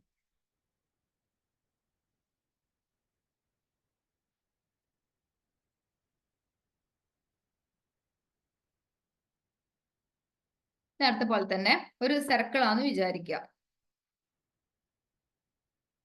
ഒരു സർക്കിൾ എടുത്തു. ആ സർക്കിളിന്റെ എന്ത് ചെയ്തു, നമ്മള് ലെങ്ത് മെഷർ സെന്റർ മാർക്ക് ചെയ്യാണ്. സെന്റർ മാർക്ക് ചെയ്തു. സെന്റർ മാർക്ക് ചെയ്തതിന് ശേഷം നമ്മൾ ആ ഒരു സർക്കിളിന്റെ ഇതിലേക്ക് വരയ്ക്കുന്ന ഏത് ലൈനും എന്തായിട്ട് തോന്നും, നമുക്ക് റേഡിയസ് ആയിട്ട് തോന്നും. സർക്കിളിന്റെ ആ ഓക്കെ, അപ്പൊ ഇത് അതിന്റെ റേഡിയസ് ആണ്. ഇവിടെ നമ്മൾ അതിനെ ഡി, ക്യാപിറ്റൽ ഡി വെച്ചിട്ടാണ് മെഷർ ചെയ്തിട്ടുള്ളത്. നമ്മൾ ഇത് നേരത്തെ ഒരു ഡിസ്റ്റൻസ് ബി ആയിട്ടാണ് കൺസിഡർ ചെയ്തത്. ഇവിടെ നമ്മൾ അതിനെ ഒരു ആർക്കായിട്ട്, ചെറിയൊരു ആർക്കായിട്ട് കൺസിഡർ ചെയ്യുകയാണെന്നുണ്ടെങ്കിൽ നമുക്ക് ആ പ്ലെയിൻ ആംഗിൾ കണ്ടുപിടിച്ച അതേ ഇക്വേഷൻ ഉപയോഗിച്ചിട്ട് നമുക്ക് എന്ത് ചെയ്യാം, ഇവിടെ ഈ ഒരു പാരലാക്സ് മെത്തേഡിൽ ഡിസ്റ്റൻസ് കാണാൻ വേണ്ടിയിട്ട് നമുക്ക് യൂസ്ഫുൾ ആയിരിക്കും. ഇപ്പൊ ഈ തീറ്റ നമ്മൾ നേരത്തെ ആർക്ക് ലെങ്ത് ബൈ റേഡിയസ് എന്നാ കണ്ടത് അല്ലെ. അപ്പൊ ആ ആർക്ക് ലെങ്ത്തിന് പകരം നമ്മൾ ഇവിടെ ഏതാ ഉപയോഗിച്ചിട്ടുള്ളത്, ബി. അപ്പൊ ബി ബൈ റേഡിയസ്. റേഡിയസ് ഇവിടെ ഏതാ, ഡി, ക്യാപിറ്റൽ ഡി. ഈ ക്യാപിറ്റൽ ഡി എന്ന് പറയുന്നത് എന്തായിരിക്കും, തീറ്റ ആയിരിക്കും. അപ്പൊ ഈ ഒരു ഇക്വേഷൻ നമ്മൾ മുമ്പ് ജസ്റ്റ് ഒന്ന് പരിചയപ്പെട്ടിട്ടേ ഉള്ളൂ. Theta equal to small B by capital D. ഇതിൽ നിന്ന് നമുക്ക് എന്താ മെഷർ ചെയ്യേണ്ടത്, ഈ ഡിസ്റ്റൻസ് ആ മെഷർ ചെയ്യേണ്ടത് അല്ലെ. അതായത് ഒരു ഫാർ ഒബ്ജക്റ്റും നമ്മളും തമ്മിലുള്ള, അല്ലെങ്കിൽ നമ്മുടെ എർത്തും തമ്മിലുള്ള ഒരു ഡിസ്റ്റൻസ് ആണ് നമുക്ക് മെഷർ ചെയ്യേണ്ടത്. ഇതിൽ നിന്ന് നമുക്ക് ഡി കണ്ടുപിടിച്ചൂടെ. ഇതിൽ നിന്ന് ഡി എന്ന് പറയുന്നത് എന്തായിരിക്കും, small B divided by theta. Clear ആയോ? ആ ഒരു പാരലാക്സ് മെത്തേഡ് അല്ലെ പാരലാക്റ്റിക് ആംഗിൾ കണ്ടുപിടിച്ചിട്ട് നമുക്ക് എന്ത് ചെയ്യാം, പാരലാക്സ് മെത്തേഡ് വഴി ഒരു ഡിസ്റ്റന്റ് ഒബ്ജക്റ്റിലേക്കുള്ള ഡിസ്റ്റൻസ് നമുക്ക് ഈ ഒരു മെത്തേഡ് വെച്ചിട്ട് മെഷർ ചെയ്യാം. ഈ ഒരു മെത്തേഡ് പറയുന്ന പേരാണ് പാരലാക്സ് മെത്തേഡ്. ഇതിൽ നമ്മൾ എടുക്കുന്ന ആംഗിൾ ആണ് parallax angle or parallactic angle എന്ന് പറയുന്നത്. ഓക്കെ, ഇതാണ് ആ equation, D equal to B by theta. ഈ രീതിയിൽ നമുക്ക് എന്ത് ചെയ്യാം, ബി ബൈ തീറ്റ വെച്ചിട്ട് ഈ ഡി എന്നുള്ളൊരു ഡിസ്റ്റൻസ് കണ്ടുപിടിക്കാം. ഇനി നമുക്കൊരു പ്രോബ്ലം ചെയ്യുന്നതോടുകൂടി ഈ ഒരു പാരലാക്സ് മെത്തേഡ് എന്ന് പറയുന്ന മെത്തേഡ് ഒന്നും കൂടെ ക്ലിയർ ആവും. ക്വസ്റ്റ്യൻ ഇതാണ്, the moon is observed from 2 diametrically opposite points A and B on earth. അപ്പൊ നമുക്ക് ഈ ഒരു ക്വസ്റ്റ്യൻ വായിക്കുന്ന സമയത്ത് തന്നെ നമ്മൾ ആ ഒരു ഫിഗറുമായിട്ടൊന്നും ഇങ്ങനെ റിലേറ്റ് ചെയ്ത് വായിക്കുന്ന സമയത്ത് നമുക്കൊരു പിക്ചർ ഇങ്ങനെ നമ്മുടെ മനസ്സിലേക്ക് കിട്ടും. The angle theta subtended at the moon by the 2 directions of observation is 1 degree 54 minutes.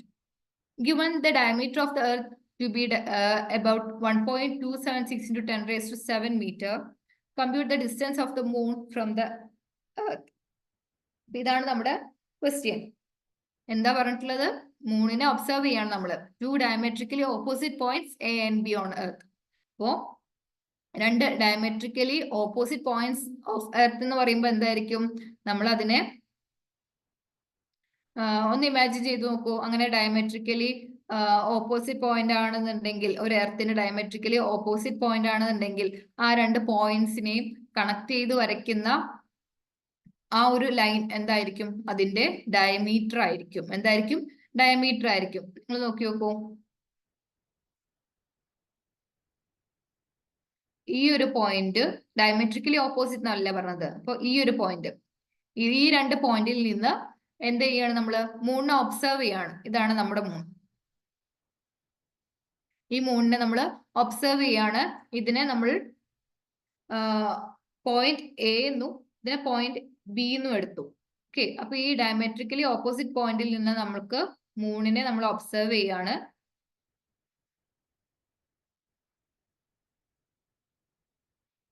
നമുക്ക് എന്താ മെഷർ ചെയ്യേണ്ടത്, ഈ മൂണിൽ നിന്ന് എർത്തിലേക്കുള്ള ഡിസ്റ്റൻസ് ആണ് മെഷർ ചെയ്യേണ്ടത്.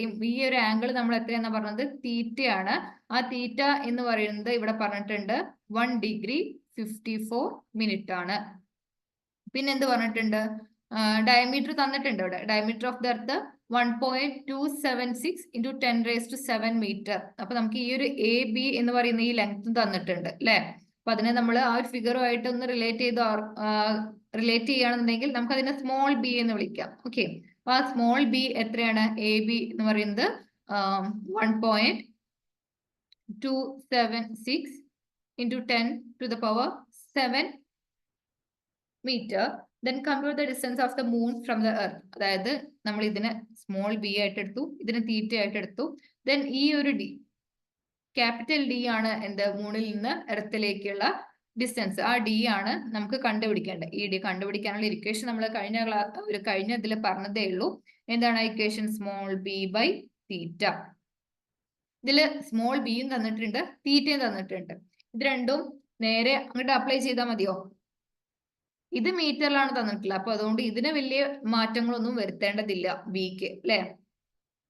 എന്നാൽ നമുക്ക് തീറ്റ റേഡിയനിലാണോ തന്നിട്ടുള്ളത്, നമ്മൾ പറഞ്ഞു ആംഗിള് റേഡിയൻ ആണ് അതിന്റെ SI യൂണിറ്റ് എന്നുള്ളത് അല്ലെ. അപ്പൊ നമ്മൾ ഈ കാൽക്കുലേഷൻസ് ഒക്കെ ചെയ്യുന്ന സമയത്ത് എന്തെന്നെ വേണം, നമ്മൾ ഈ ഒരു ക്വാണ്ടിറ്റീസിന്റെ ഒക്കെ ഫിസിക്കൽ ക്വാണ്ടിറ്റീസിന്റെ ഒക്കെ യൂണിറ്റ് SI യൂണിറ്റിൽ തന്നെ ആക്കിയിട്ട് വേണം ഓരോ കാൽക്കുലേഷൻസും കാര്യങ്ങളും ചെയ്യാൻ. അപ്പൊ നമുക്ക് എന്ത് ചെയ്യേണ്ടതുണ്ട്, തീറ്റ അത് 1 ഡിഗ്രി 54 മിനിറ്റ് എന്ന് തന്നിട്ടുള്ള ഈ ആംഗിളിനെ നമുക്ക് എന്ത് ചെയ്യേണ്ടതുണ്ട്, റേഡിയനിലേക്ക് മാറ്റേണ്ടതുണ്ട്. എന്താണ്, റേഡിയനിലേക്ക് മാറ്റേണ്ടതുണ്ട്. ഇനി അതെങ്ങനെ, അതും കൂടെ കിട്ടിക്കഴിഞ്ഞാൽ നമുക്ക് ഈ ഇക്വേഷനിൽ ഡയറക്റ്റ് സബ്സ്റ്റിറ്റ്യൂട്ട് ചെയ്തിട്ട് ചെയ്യാനുള്ളതേ ഉള്ളൂ. ഇനി അതെങ്ങനെയാണ്, ആ തീറ്റേനെ നമുക്കിപ്പോ ഡിഗ്രിയിലാണ് തന്നിട്ടുള്ളത്, 1 ഡിഗ്രി 54 മിനിറ്റ് എന്നാണ് തന്നിട്ടുള്ളത്. അതിനെങ്ങനെയാണ് നമുക്ക് റേഡിയനിലേക്ക് മാറ്റുക എന്നുള്ളത് നോക്കാം.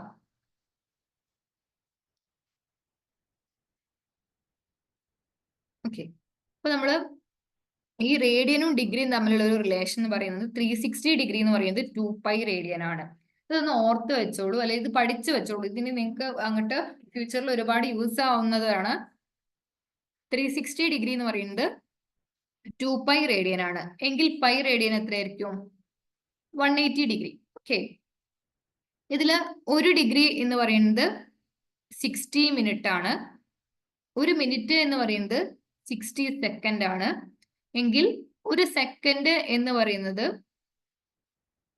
അതും റേഡിയനും തമ്മിലുള്ള റിലേഷൻ എന്താണ്, 4.85 into 10 to the power minus 6 radian. Clear ആയോ? അതായത് 1 ഡിഗ്രി എന്ന് പറയുന്നത് 60 മിനിറ്റ് ആണ്. 1 മിനിറ്റ് എന്ന് പറയുന്നത് 60 സെക്കൻഡ് ആണ്. 1 സെക്കൻഡ് എന്ന് പറയുന്നത് 4.85 into 10 raised to minus 6 radian ആണ്. അപ്പൊ നമുക്ക് ഇവിടെ തന്നിട്ടുള്ളത് എന്താ, നമുക്ക് ഡിഗ്രിയിലാണോ ഫുൾ മെഷർമെന്റ് തന്നിട്ടുള്ളത്, തീറ്റയുടെ അല്ല. 1 ഡിഗ്രി പിന്നെ എത്ര തന്നിട്ടുള്ളത്, 1 ഡിഗ്രി 54 മിനിറ്റ് ആണ് തന്നിട്ടുള്ളത് അല്ലെ. അപ്പൊ ഈ 1 ഡിഗ്രി എന്ന് പറയുന്നത് എത്രയാ, 60 മിനിറ്റ്. അപ്പൊ 60 മിനിറ്റ് പ്ലസ് 54 മിനിറ്റ്, ഇത് ഏകദേശം എത്ര വരും, 411. അതായത് 114 മിനിറ്റ് ആണ് ടോട്ടൽ വരുന്നത്. മിനിറ്റിലാക്കിയാലും പോരെ, നമുക്ക് അതിന് എന്താക്കണം, സെക്കൻഡിലോട്ട് മാറ്റണം. എങ്കിലേ 1 സെക്കൻഡ് ഇത്ര റേഡിയൻ ആണെന്ന് അറിയാം. അപ്പൊ നമുക്ക് ഇതിനെ സെക്കൻഡിലോട്ട് മാറ്റി കഴിഞ്ഞാൽ ആ സെക്കൻഡിനെ നേരിട്ട് നമുക്ക് എന്ത് ചെയ്യാം, റേഡിയനിലോട്ട് മാറ്റാവുന്നതേ ഉള്ളൂ. അപ്പൊ നമ്മള് ഒരു മിനിറ്റ് എന്ന് പറയുന്നത് 60 സെക്കൻഡ് ആണ്. ദെൻ 114 മിനിറ്റ് എന്ന് പറയുന്നത് എത്ര സെക്കൻഡ് ആയിരിക്കും, 114 into 60 സെക്കൻഡ് അല്ലേ. ഇപ്പോ ഇത്ര സെക്കൻഡ് ഇത് കിട്ടി. അപ്പൊ 114 into 60 സെക്കൻഡ് എന്ന് കിട്ടി. ഇനി 1 സെക്കൻഡ് എന്ന് പറയുന്നത് 4.85 into 10 raised to minus 6 radian ആണ്. അപ്പൊ ഇത്രയും സെക്കൻഡ് എന്ന് പറയുന്നത് എത്ര റേഡിയൻ ആയിരിക്കും, 114 into 60 സെക്കൻഡ് ഇൻറ്റു ഇതിനെന്തോ എന്ത് ചെയ്യുക, 4.85 into 10 raised to minus 6 കൊണ്ട് മൾട്ടിപ്ലൈ ചെയ്യുക. അപ്പൊ നമുക്ക് ടോട്ടൽ റേഡിയനിൽ കിട്ടും, എന്ത്, തീറ്റ റേഡിയനിൽ കിട്ടും. ആ ഒരു വാല്യൂ ആണ് ഇവിടെ പറഞ്ഞിട്ടുള്ളത്, 3.32 into 10 raised to minus 2 radian. അപ്പൊ ഈ തീറ്റ നമുക്ക് ഡിഗ്രിയിലായിക്കോട്ടെ, സെക്കൻഡിലായിക്കോട്ടെ, മിനിറ്റിലായിക്കോട്ടെ, ഏതിൽ തന്നാലും നമ്മൾ അതിന്റെ SI യൂണിറ്റിലേക്ക് മാറ്റേണ്ടതുണ്ട്. SI യൂണിറ്റ് എന്താണ്, റേഡിയൻ ആണ്. അപ്പൊ ആ റേഡിയനിലേക്ക് നമ്മൾ മാറ്റേണ്ടതുണ്ട്. അതിനു വേണ്ടിയിട്ട് ഇത്രയും കാര്യങ്ങൾ നിങ്ങളൊന്ന് നോക്കി വെക്കുക. അതിനനുസരിച്ച് തീറ്റേനെ നമ്മൾ എന്താക്കുക, റേഡിയനിലേക്ക് മാറ്റാം. ഈ 4.85 into 10 raised to minus 6 radian ആണ് 1 സെക്കൻഡ് എന്നുള്ളത്. നിങ്ങൾ ബൈ ഹാർട്ട് ചെയ്ത് തന്നെ വെക്കുക കേട്ടോ. നിങ്ങൾക്ക് കാൽക്കുലേഷൻസ് ചെയ്യുന്ന സമയത്ത് അല്ലെങ്കിൽ എന്തെങ്കിലും പ്രോബ്ലംസ് ചെയ്യുന്ന സമയത്തൊക്കെ, ഇനിയിപ്പോ പബ്ലിക് എക്സാമിന് ഇല്ലെങ്കിൽ എൻട്രൻസിലെങ്കിലും നിങ്ങൾക്ക് ഇത് യൂസ്ഫുൾ ആയിരിക്കും. അതുകൊണ്ട് ഈ കാര്യങ്ങളൊന്ന്, ഈ ഒരു വാല്യൂ ഒന്ന് നിങ്ങൾ ബൈ ഹാർട്ട് ചെയ്ത് വെച്ചോളൂ. ഓക്കെ, അപ്പൊ നമുക്ക് ഇപ്പൊ എന്ത് കിട്ടി, സ്മോൾ ബിയും കിട്ടി, തീറ്റയും കിട്ടി. അപ്പൊ നമുക്ക് ഇതാണ് നമ്മുടെ തീറ്റയുടെ വാല്യൂ എന്ന് പറയുന്നത്. ഇതാണ് നമ്മുടെ ബിയുടെ വാല്യൂ എന്ന് പറയുന്നത്. ഇത് റേഡിയനിലാണ്, ഇത് മീറ്ററിലാണ്, രണ്ട് SI യൂണിറ്റിലാണ് എങ്കിൽ നമുക്ക് ആ ക്യാപിറ്റൽ ഡി കണ്ടുപിടിച്ചൂടെ. അതിനുവേണ്ടി നമുക്ക് ഡയറക്റ്റ് സബ്സ്റ്റിറ്റ്യൂട്ട് ചെയ്താൽ മതി ഇനി. അതായത് 1.276 into 10 raised to 7 divided by 3.32 into 10 raised to minus 2. അപ്പൊ നമുക്ക് എത്ര കിട്ടും, 3.84 into 10 raised to 8 മീറ്റർ. അപ്പോ മൂണിൽ നിന്ന് നമ്മുടെ എർത്തിലേക്കുള്ള ദൂരം എന്ന് പറയുന്നത് എത്ര മീറ്റർ ആണ്, 3.84 into 10 raised to 8 മീറ്റർ. ഇവിടെ നിങ്ങൾ ശ്രദ്ധിക്കൂ, നമ്മള് ബി എന്ന് പറയുന്നത് ഒരു ലെങ്ത് ആണ് അല്ലെ, അതുകൊണ്ട് നമ്മൾ അതിന് മീറ്ററിൽ കൊടുത്തു. തീറ്റ നമ്മൾ റേഡിയൻ എന്നുള്ള യൂണിറ്റ് പറഞ്ഞു, പക്ഷേ ഈ മീറ്റർ എന്നുള്ള യൂണിറ്റ് തന്നെയാണ് എന്തിനു വന്നിട്ടുള്ളത്, നമ്മൾ ഈ കാൽക്കുലേറ്റ് ചെയ്ത ഡിസ്റ്റൻസിൽ വന്നിട്ടുള്ളത്. അപ്പൊ ഈ തീറ്റ എന്ന് പറയുന്ന ഒരു ഡയമെൻഷൻലെസ് ക്വാണ്ടിറ്റി ആണ് നമ്മൾ നേരത്തെ പറഞ്ഞിരുന്നു. അത് മാത്രമല്ല നമ്മളിവിടെ ഡിസ്റ്റൻസ് ആണ് മെഷർ ചെയ്തത്, അതുകൊണ്ട് തന്നെ നമ്മുടെ ഫൈനൽ ആൻസറിലുള്ള യൂണിറ്റ് എന്താ തന്നെയായിരിക്കും, മീറ്റർ തന്നെയായിരിക്കും.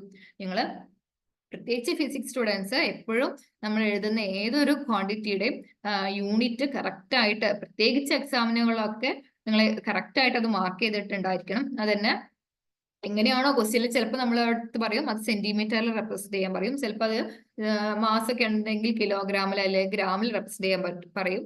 അപ്പോൾ അങ്ങനെ പറയുന്നുണ്ടെങ്കിൽ ആ ഒരു പറയുന്ന സ്പെസിഫൈ ചെയ്ത് പറയുന്ന ആ യൂണിറ്റിൽ അല്ലെങ്കിൽ നമ്മുടെ SI യൂണിറ്റിൽ വേണം യൂണിറ്റ് ഒക്കെ മാർക്ക് എഴുതാനായിട്ട്. ഓക്കെ, അപ്പൊ ഈ ഒരു ക്വസ്റ്റ്യൻ ക്ലിയർ ആയി എന്ന് വിചാരിക്കുന്നു. ഇത്രയേ ഉള്ളൂ, നമ്മൾ ആ ജസ്റ്റ് ആ സിമ്പിൾ ആയിട്ടുള്ള ഒരു ഇക്വേഷൻ തന്നെയാണ് ഉപയോഗിക്കുന്നത്. അതിൽ തീറ്റ നമ്മൾ എന്ത് ചെയ്യണം, റേഡിയനിലേക്ക് മാറ്റണം. ആ ഒരു ചെറിയൊരു പോയിന്റ് മാത്രമേ നിങ്ങൾക്ക് ഇവിടെ ഓർത്ത് വെക്കാനുള്ളൂ. ഈ ഒരു ക്വസ്റ്റ്യൻ ക്ലിയർ ആയെന്ന് വിചാരിക്കുന്നു. നമുക്ക് അടുത്ത ടോപ്പിക്കിലേക്ക് പോവാം.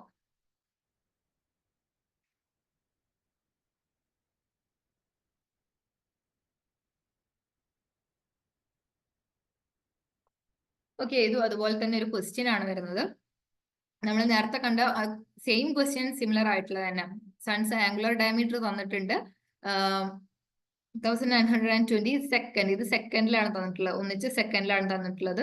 Okay, the distance d of the sun from the earth is 1.496 into 10⁻11 metre. അതും തന്നിട്ടുണ്ട്. ആ ക്യാപിറ്റൽ ഡിയും തന്നിട്ടുണ്ട്, എന്തും തന്നിട്ടുണ്ട്. ഇവിടെ നമുക്ക് എന്തൊക്കെ തന്നിട്ടുള്ളത്, ക്യാപിറ്റൽ ഡി തന്നിട്ടുണ്ട്, പിന്നെ നമുക്ക് ആ ആംഗിൾ തന്നിട്ടുള്ളത് അല്ലെ, ക്യാപിറ്റൽ ഡിയും ആംഗിളും തന്നിട്ടുണ്ട്. ഇതാണ് ആംഗിൾ, ഇതാണ് നമ്മുടെ ക്യാപിറ്റൽ ഡി.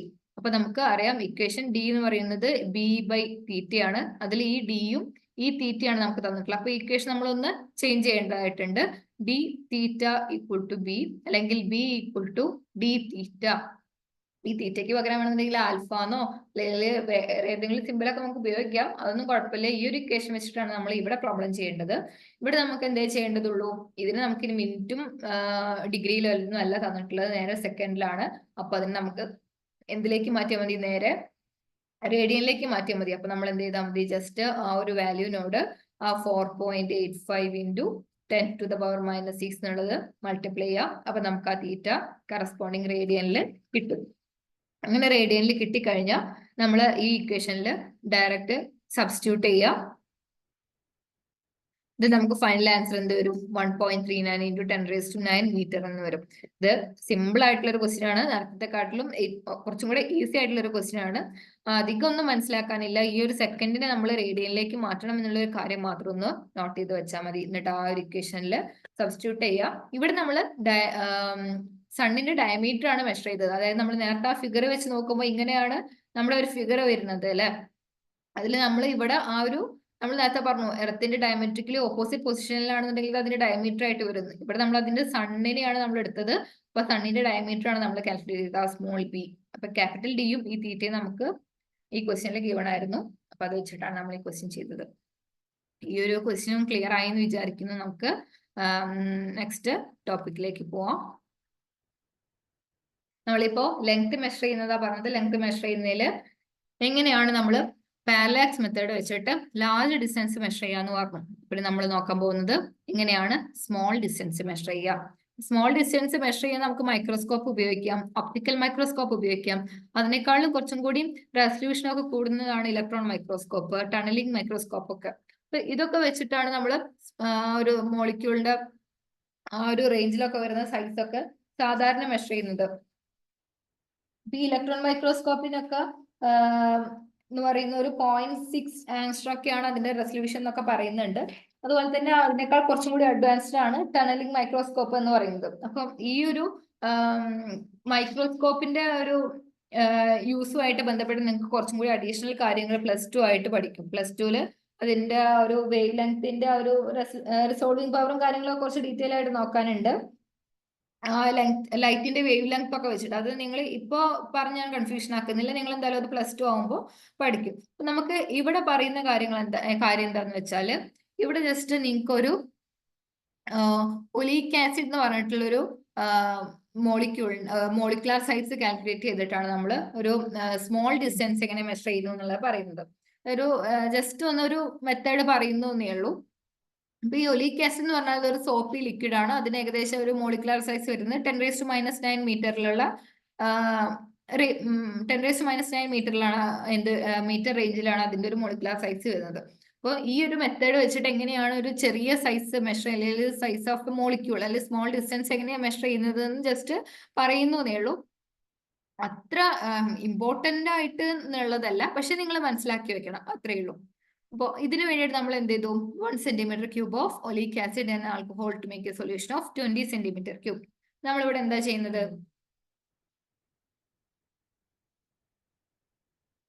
ഒരു 1 cm³ എടുക്കുകയാണ്. ഒലീക് ആസിഡിന്റെ 1 cm³ എടുത്തു. എന്നിട്ട് അത് ആൽക്കഹോളിലേക്ക് ആഡ് ചെയ്തിട്ട് 20 cm³ ആക്കി മാറ്റി. അപ്പോ ഒരു 1 cm³ ഒലീക് ആസിഡും 19 cm³ ആൽക്കഹോൾ എടുത്തു. അങ്ങനെ 20 cm³ സൊല്യൂഷൻ ഉണ്ടാക്കി. Then നമ്മൾ എന്ത് ചെയ്തു? Again we take 1 cm³ of this solution and dilute it to 20 cm³. വീണ്ടും ഇതിൽ നിന്ന് ഒരു 1 cm³ എടുത്തു. എന്നിട്ട് വീണ്ടും 19 cm³ ആഡ് ചെയ്തിട്ട് 20 cm³ ഒരു 20 cm³ ഡയല്യൂട്ട് ചെയ്തു ആൽക്കഹോൾ വെച്ചിട്ട് തന്നെ. അപ്പോ നമ്മൾ ഫസ്റ്റ് ഈ ഒരു 20 cm³ എടുത്തു എന്ന് പറഞ്ഞു അല്ലെ. അതായത് ഈ 1 cm ഒലീക് ആസിഡും 19 cm ആൽക്കഹോൾ എടുത്തിട്ട് 20 cm³ എടുത്തു. 20 cm³ സൊല്യൂഷൻ ഉണ്ടാക്കി. ഈ cm³ എന്ന് പറയുന്നത് വോളിയം ഇത് തന്നെയാണ് കേട്ടോ. വോളിയത്തിന്റെ യൂണിറ്റ് ആണ് cm³ എന്നുള്ള ഒരു ഇതിലാണ് ഇവിടെ പറഞ്ഞിട്ടുള്ളത്. ഇനി ഈ 20 cm³ സൊല്യൂഷനിൽ ഒലീക് ആസിഡിന്റെ കോൺസെൻട്രേഷൻ എത്രയായിരിക്കും? 1 ഡിവൈഡഡ് ബൈ 20 cm³ ആയിരിക്കും അല്ലെ. ഇനി നമ്മൾ എന്ത് ചെയ്തു? ഈ ഒരു സൊല്യൂഷൻ, ഈ ഒരു കോൺസെൻട്രേഷൻ നമ്മൾ എന്ത് ചെയ്തു? അതോടെ കൊടുത്തിട്ടുണ്ട്. കോൺസെൻട്രേഷൻ ഓഫ് സൊല്യൂഷൻ എന്ന് പറയുന്നത് ഇതിലുള്ളത് 1/20 cm³ ആയിരിക്കും. ഇത് കൂടെ നമ്മൾ വീണ്ടും എന്ത് ചെയ്തു? 20 cm³ കൂടെ എടുത്തു എന്ന് പറഞ്ഞു അല്ലെ. Then we take 1 cm³. ആദ്യം 1 cm³ ഒലീക് ആസിഡ് എടുത്തു. എന്നിട്ട് അത് 20 cm³ സൊല്യൂഷൻ ആക്കി. വീണ്ടും നമ്മളൊരു 1 cm³ ഓഫ് ദിസ് സൊല്യൂഷൻ, ഈ ഒരു സൊല്യൂഷനിൽ നിന്ന് 1 cm³ എടുത്തിട്ട് അത് വീണ്ടും ആൽക്കഹോളിലേക്ക് ഡയല്യൂട്ട് ചെയ്തു. അപ്പോ അതിന്റെ കോൺസെൻട്രേഷൻ എത്ര വരും? 1/20 ഡിവൈഡഡ് ബൈ 20 വരും. അതായത് 1/20 ഇൻറ്റു 20 ഈക്വൽ ടു 1/400 ആയിരിക്കും അതിന്റെ കോൺസെൻട്രേഷൻ എന്ന് പറയുന്നത്. ക്ലിയർ ആയോ? അതായത് ഫസ്റ്റ് നമ്മൾ ഒരു 20 cm³ സൊല്യൂഷൻ ഉണ്ടാക്കുന്നുണ്ട്. അപ്പോൾ അതിൽ 1 cm³ ആണ് ഒലീക് ആസിഡ് വരുന്നത്. അതിലേക്ക് വീണ്ടും ഒരു 20 cm³ സൊല്യൂഷൻ ആക്കിയിട്ട് നമ്മൾ ആൽക്കഹോൾ ഉപയോഗിച്ച് ഡയലൂട്ട് ചെയ്യുന്നുണ്ട്. അതിലും എത്രയാണ് അതിന്റെ കോൺസെൻട്രേഷൻ എന്നാണ് ഇവിടെ കാണിച്ചിട്ടുള്ളത്. അത് 1/20 വരും. അതായത് 1/20 ഇൻറ്റു 20 ഈക്വൽ ടു 1/400 വരും. അപ്പൊ അതായിരിക്കും അതിന്റെ കോൺസെൻട്രേഷൻ എന്ന് പറയുന്നത്. So the concentration of the solution is equal to 1/20 into 20 cm³ of folic acid per cm³ of solution. Clear ആയോ? ഇനി നമ്മൾ എന്താ ചെയ്യുന്നത്? We lightly sprinkle some lysopodium powder on the surface of water in a large trough and we put 1 drop of this solution in the water. പിന്നെ നമ്മൾ ഒരു beaker എടുത്തു, ബീക്കറിൽ ഒരു ട്രഫ് എടുത്തു. ആ ട്രഫിൽ എന്ത് ചെയ്തു? ഈ ഒരു ലെവലിൽ വെള്ളം ഉണ്ടെന്ന് വിചാരിക്കുക, ഈ ലെവലിലായിട്ട് വാട്ടർ ഉണ്ടെന്ന് വിചാരിക്കുക. ആ വാട്ടറിന്റെ മുകളിൽ നമ്മൾ ലൈസോപോഡിയം പൗഡർ ഇങ്ങനെ സ്പ്രിങ്കിൾ ചെയ്തെടുത്തു. ഇതിലേക്ക് ഓരോ ഡ്രോപ്പ് ആയിട്ട് നമ്മൾ എന്ത് ചെയ്യാണ്? ഈ ഒരു നമ്മൾ ഉണ്ടാക്കിയ ഈ ഒരു സൊല്യൂഷൻ ആഡ് ചെയ്യാണ്. ഈ ഒലീക് ആസിഡ് എന്ത് ചെയ്യുന്നുണ്ട്? ഡ്രോപ്പ് ഇതിന്റെ മുകളിലേക്ക് അങ്ങനെ ഓരോ ഡ്രോപ്പ് ബൈ ഡ്രോപ്പ് ആയിട്ട് ആഡ് ചെയ്യുന്നതോടുകൂടി ഇതിന്റെ മുകളിൽ ഒരു തിൻ ഫിലിം ആയിട്ട് അത് എന്ത് ചെയ്യുന്നുണ്ട്? മാറുന്നുണ്ട്. ഈ ഒലീക് ആസിഡിന്റെ പ്രത്യേകത എന്താന്ന് വെച്ചാൽ അതൊരു മോണോ മോളിക്കുലാർ ലെയർ ആയിട്ടാണ് മാറുക. അതായത് ഇതിന്റെ മുകളിൽ വേറെ മോളിക്യൂൾസ് വന്ന് അടിയില്ല, ഇതന്നെ ഒരു സിംഗിൾ ലെയർ ആയിട്ട് ഇങ്ങനെ മാറും ഒലീക് ആസിഡ്.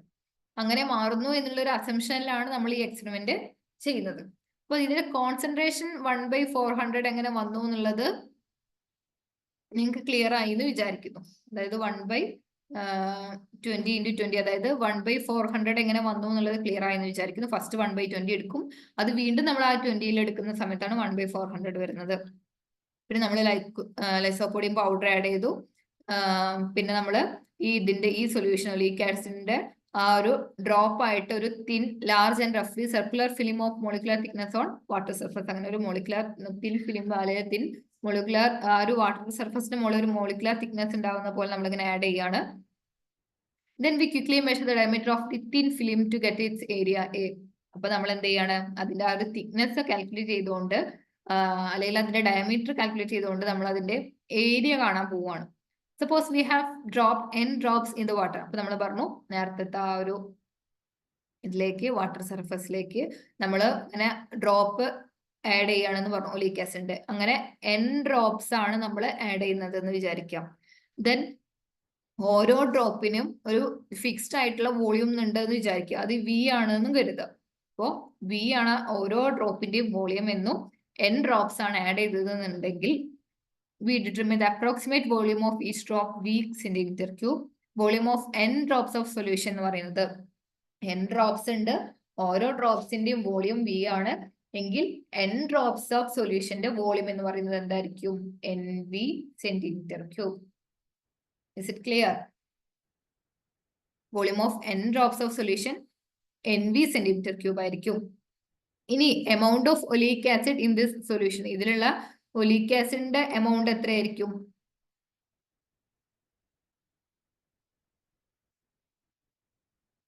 ഒലീക് ആസിഡിന്റെ എമൗണ്ട് എത്രയായിരിക്കും? നമ്മൾ പറഞ്ഞു NV ആണ് അതിന്റെ വോളിയം എന്ന് പറഞ്ഞു. ഇനി അതിന്റെ എമൗണ്ട് കാണാൻ വേണ്ടിയിട്ട് എന്ത് ചെയ്താൽ മതി? അതിന്റെ ആ കോൺസെൻട്രേഷൻ കൊണ്ട് മൾട്ടിപ്ലൈ ചെയ്താൽ മതി. എത്ര എമൗണ്ട് ഉണ്ടെന്നാ ചോദിച്ചത്? ഇത്രയും വോളിയം ഉണ്ട്, ആ വോളിയത്തിൽ എത്ര എമൗണ്ട് വരുന്നത് വെച്ചാല് ആ വോളിയം ഇൻറ്റു നമ്മൾ കാൽക്കുലേറ്റ് ചെയ്ത് വെച്ചിട്ടുള്ള ആ ഒരു എമൗണ്ടും. അപ്പൊ NV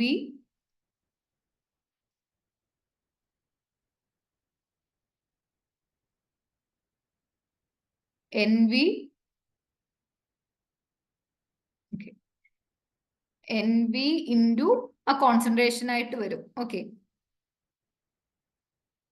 NV into 1/400 centimetre cube വരും. ഓക്കെ, ഇത് അതിന്റെ ടോട്ടൽ എമൗണ്ട് ആണ് കേട്ടോ. നമ്മള് n ഡ്രോപ്സ് ആണ് ആഡ് ചെയ്തത്, ഓരോ ഡ്രോപ്സിന്റെ വോളിയം ഇത്രയാണ്, അതിന്റെ കോൺസെൻട്രേഷൻ ഇത്രയാണ്. അപ്പൊ total amount of oleic acid in this solution എന്ന് പറഞ്ഞു കഴിഞ്ഞാൽ ഇതിന്റെ പ്രൊഡക്റ്റ് ആയിരിക്കും. ഇത്രയും ജസ്റ്റ് ഇത്രയൊന്ന് ഓർത്ത് വെക്കുക, അങ്ങനെ ജസ്റ്റ് മനസ്സിലാക്കി വെച്ചാൽ മതി. ഇത്ര കാര്യമായിട്ട് ഇത് എങ്ങനെ എസ് ആയിട്ട് ചോദിക്കുന്ന ക്വസ്റ്റ്യൻ ഒന്നല്ല, പക്ഷെ നിങ്ങളുടെ ടെക്സ്റ്റ് ബുക്കിൽ പറയുന്നുണ്ട്, അതുകൊണ്ട് നിങ്ങൾ ഇത് മനസ്സിലാക്കി വെക്കണം, അത്രേ ഉള്ളൂ. അതുമല്ല എങ്ങനെയാണ് ഈ സ്മോൾ ഡിസ്റ്റൻസ് മെഷർ ചെയ്യുന്നത് എന്നും കൂടിയാണ് പറയുന്നത്. ഇനി നമ്മൾ എന്ത് ചെയ്യാണ്? അപ്പൊ അതിന്റെ ടോട്ടൽ എമൗണ്ട് കണ്ടുപിടിച്ചു. ഇനി this solution of oleic acid spreads very fast on surface of water and forms A very thin layer of thickness T. നമ്മൾ പറഞ്ഞു ഇതൊരു മോണോമോളിക്കുലർ തിക്നെസ് ആയിട്ടാണ് ഫോം ചെയ്യുക ഈ ഒലീക് ആസിഡ്. അതായത് ആ വാട്ടർ സർഫസിന്റെ മുകളിൽ ഒരു മോണോമോളിക്കുലർ തിക്നെസ് ആയിട്ട് ഇങ്ങനെ ഫോം ചെയ്യും. ഇതിന്റെ മുകളിൽ ഇനി വന്ന് അടിഞ്ഞുകൂടില്ല, മുകളിൽ ഇങ്ങനെ വന്നുകൂടില്ല, ഈ ഒരൊറ്റ മോണോമോളിക്കുലർ തിക്നെസ്സിലാണ് ഇത് ഫോം ചെയ്യുക. അപ്പൊ ഇതിന്റെ തിക്നെസ് എന്ന് പറയുന്നത് എന്തിനോട് ഈക്വൽ ആയിരിക്കും? നമ്മളൊന്ന് ആലോചിച്ച് നോക്കൂ. ഇതിന്റെ തിക്നെസ് എന്ന് പറയുന്നത് ഈ ഒരു ഡിസ്റ്റൻസ് ആണ് അല്ലെ. ആ തിക്നെസ് എന്ന് പറയുന്നത് എന്തിനോട് ഈക്വൽ ആയിരിക്കും? അതിന്റെ ഡയമീറ്ററിനോട് ഈക്വൽ ആയിരിക്കും. ഓക്കെ, തിക്നെസ് എന്തിനോട് ഈക്വൽ ആയിരിക്കും? അതിന്റെ ഡയമീറ്ററിനോട് ഈക്വൽ ആയിരിക്കും. അപ്പൊ അങ്ങനെ ആ തിക്നെസ് കണ്ടുപിടിച്ചിട്ട് നമുക്ക് എന്ത് മെഷർ ചെയ്യാൻ പറ്റും? ഈ മോളിക്യൂളിന്റെ ഡയമീറ്റർ മെഷർ ചെയ്യാൻ പറ്റും എന്നുള്ള ഒരു കോൺസെപ്റ്റിലേക്കാണ് ഇത് കൊണ്ടുവരുന്നത്. അപ്പൊ അതിനു വേണ്ടി നമ്മൾ എമൗണ്ട് ഓഫ് ഒലീക് ആസിഡ് കണ്ടുപിടിച്ചു. ഇനി നമ്മൾ എന്താ കാണാൻ പോകുന്നത്? If this spread to form a film of area A centimetre square, then the thickness of the film, അതൊരു A സെന്റിമീറ്റർ സ്ക്വയർ ഏരിയ ആണ് ഉണ്ടാക്കുന്നത് ഉണ്ടെങ്കിൽ, ഇവിടെ ആ ഒരു A സെന്റിമീറ്റർ സ്ക്വയർ ഏരിയയിലാണ് സ്പ്രെഡ് ചെയ്യുന്നതെന്നുണ്ടെങ്കിൽ ആ തിക്നെസ് എന്ന് പറയുന്നത് എന്തായിരിക്കും? വോളിയം ഡിവൈഡഡ് ബൈ ഏരിയ ആയിരിക്കും. ഓക്കെ, അതെങ്ങനെയാ കിട്ടുന്നത്? വോളിയം എന്ന് പറയുന്നത് length into breadth into height ആയിട്ടാണ് നമ്മൾ പൊതുവെ എടുക്കുക. ഹൈറ്റ് എന്ന് പറയുന്നതിന് പകരം നമുക്ക് ഈ ഒരു കേസിൽ തിക്നെസ് എന്ന് വേണമെങ്കിൽ എടുക്കാം. ഈ ലെങ്ത് ഇൻറ്റു ബ്രെഡ്ത്ത് എന്താ?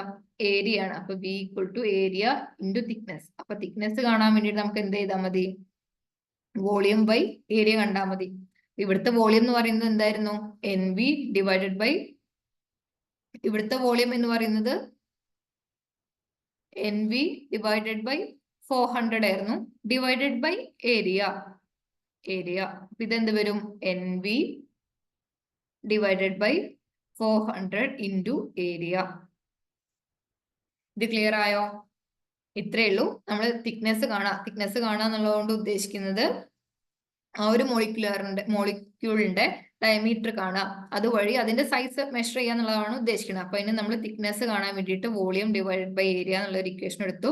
ഇവിടെ വോളിയം നമ്മൾ മെഷർ ചെയ്ത് വെച്ചിട്ടുണ്ടായിരുന്നു, NV divided by 400 whole divided by area A. അപ്പൊ നമ്മൾ എന്ത് വരും, NV നമുക്ക് എന്ത് കിട്ടും, 400 ഇൻറ്റു ഏരിയ. ഇതാണ് അതിന്റെ തിക്നെസ്. അപ്പൊ ഈ ഒരു മെത്തേഡ് വെച്ചിട്ട് തിക്നെസ് അല്ലെങ്കിൽ ആ മോളിക്യൂളിന്റെ ഡയമീറ്റർ കാൽക്കുലേറ്റ് ചെയ്യാം എന്നുള്ളതാണ് പറഞ്ഞു വരുന്നത്. അപ്പൊ ഈ ഒരു മെത്തേഡ് വെച്ച് നമുക്ക് സ്മോൾ ഡിസ്റ്റൻസ് അല്ലെങ്കിൽ സൈസ് ഓഫ് മോളിക്യൂൾ കണ്ടുപിടിക്കാം. ഇത്രയേ ഉള്ളൂ ഈ ഒരു ഒലീക് ആസിഡിന്റെ ഒരു മെഷർമെന്റ് ഡയമീറ്റർ കാൽക്കുലേറ്റ് ചെയ്യുക എന്നുള്ള ഈ ഒരു ടോപ്പിക്കിൽ വരുന്നത്. കാര്യമായിട്ടൊന്നും ഇല്ല, നിങ്ങൾ ജസ്റ്റ് ഒന്നും കൂടി ഒന്ന് കൺഫ്യൂഷൻ ആവുന്നുണ്ടെങ്കിൽ ഒന്നും കൂടി റിവൈസ് അടിച്ചൊന്ന് കണ്ടാൽ മതി വീഡിയോ. ഓക്കെ, നിങ്ങൾക്ക് ക്ലിയർ ആവും. അധികം കോംപ്ലിക്കേഷൻസ് ഒന്നും ഇല്ല, ജസ്റ്റ് ഒന്ന് വായിച്ചാൽ നിങ്ങൾക്ക് ക്ലിയർ ആവുന്നതേ ഉള്ളൂ. ഇനി നമ്മൾ പല മെഷർമെന്റിന്റെ ലെങ്ത്തിന്റെ മെഷർമെന്റിന്റെ പല റേഞ്ച് പറഞ്ഞു. അപ്പൊ നമ്മൾ അറിഞ്ഞിരിക്കേണ്ട അത്യാവശ്യം ചില സപ്ലിമെന്ററി യൂണിറ്റ്സും കൂടെ ഉണ്ട്, അല്ലെങ്കിൽ സ്പെഷ്യൽ ലെങ്ത് യൂണിറ്റ്സും കൂടെ ഉണ്ട്. അതാണ് ഇനി പറയാൻ പോകുന്നത്. ഈ വാല്യൂസ് ഒക്കെ ഒന്ന് നിങ്ങൾ ജസ്റ്റ് പഠിച്ചു വെച്ചോളൂ കേട്ടോ. അപ്പൊ ഒന്ന് 1 ഫെർമി എന്ന് പറയുന്നത് 10⁻⁻15 മീറ്റർ ആണ്. അപ്പൊ 1 ഫെർമി എന്ന് പറയുന്നത് 10⁻⁻15 മീറ്റർ ആണ്. അതായത് ഒരു നമ്മളിപ്പോ എന്താ പറയാ, സബറ്റോമിക് പാർട്ടിക്കിൾസിന്റെ ഒക്കെ കേസ് പറയുമ്പോൾ, അല്ലെങ്കിൽ ആറ്റത്തിന്റെ ഒക്കെ സൈസ്, അതിന്റെ റേഡിയസ് ഒക്കെ പറയുന്ന സമയത്താണ് ഈ ഫെർമി, ആങ്സ്ട്രം, മോളിക്കുലാർ സൈസ് അല്ലെങ്കിൽ ന്യൂക്ലിയർ സൈസ് ഒക്കെ പറയുന്ന സമയത്താണ് ഈ യൂണിറ്റ്സ് ഒക്കെ മെയിൻ ആയിട്ട് പറയുന്നത്.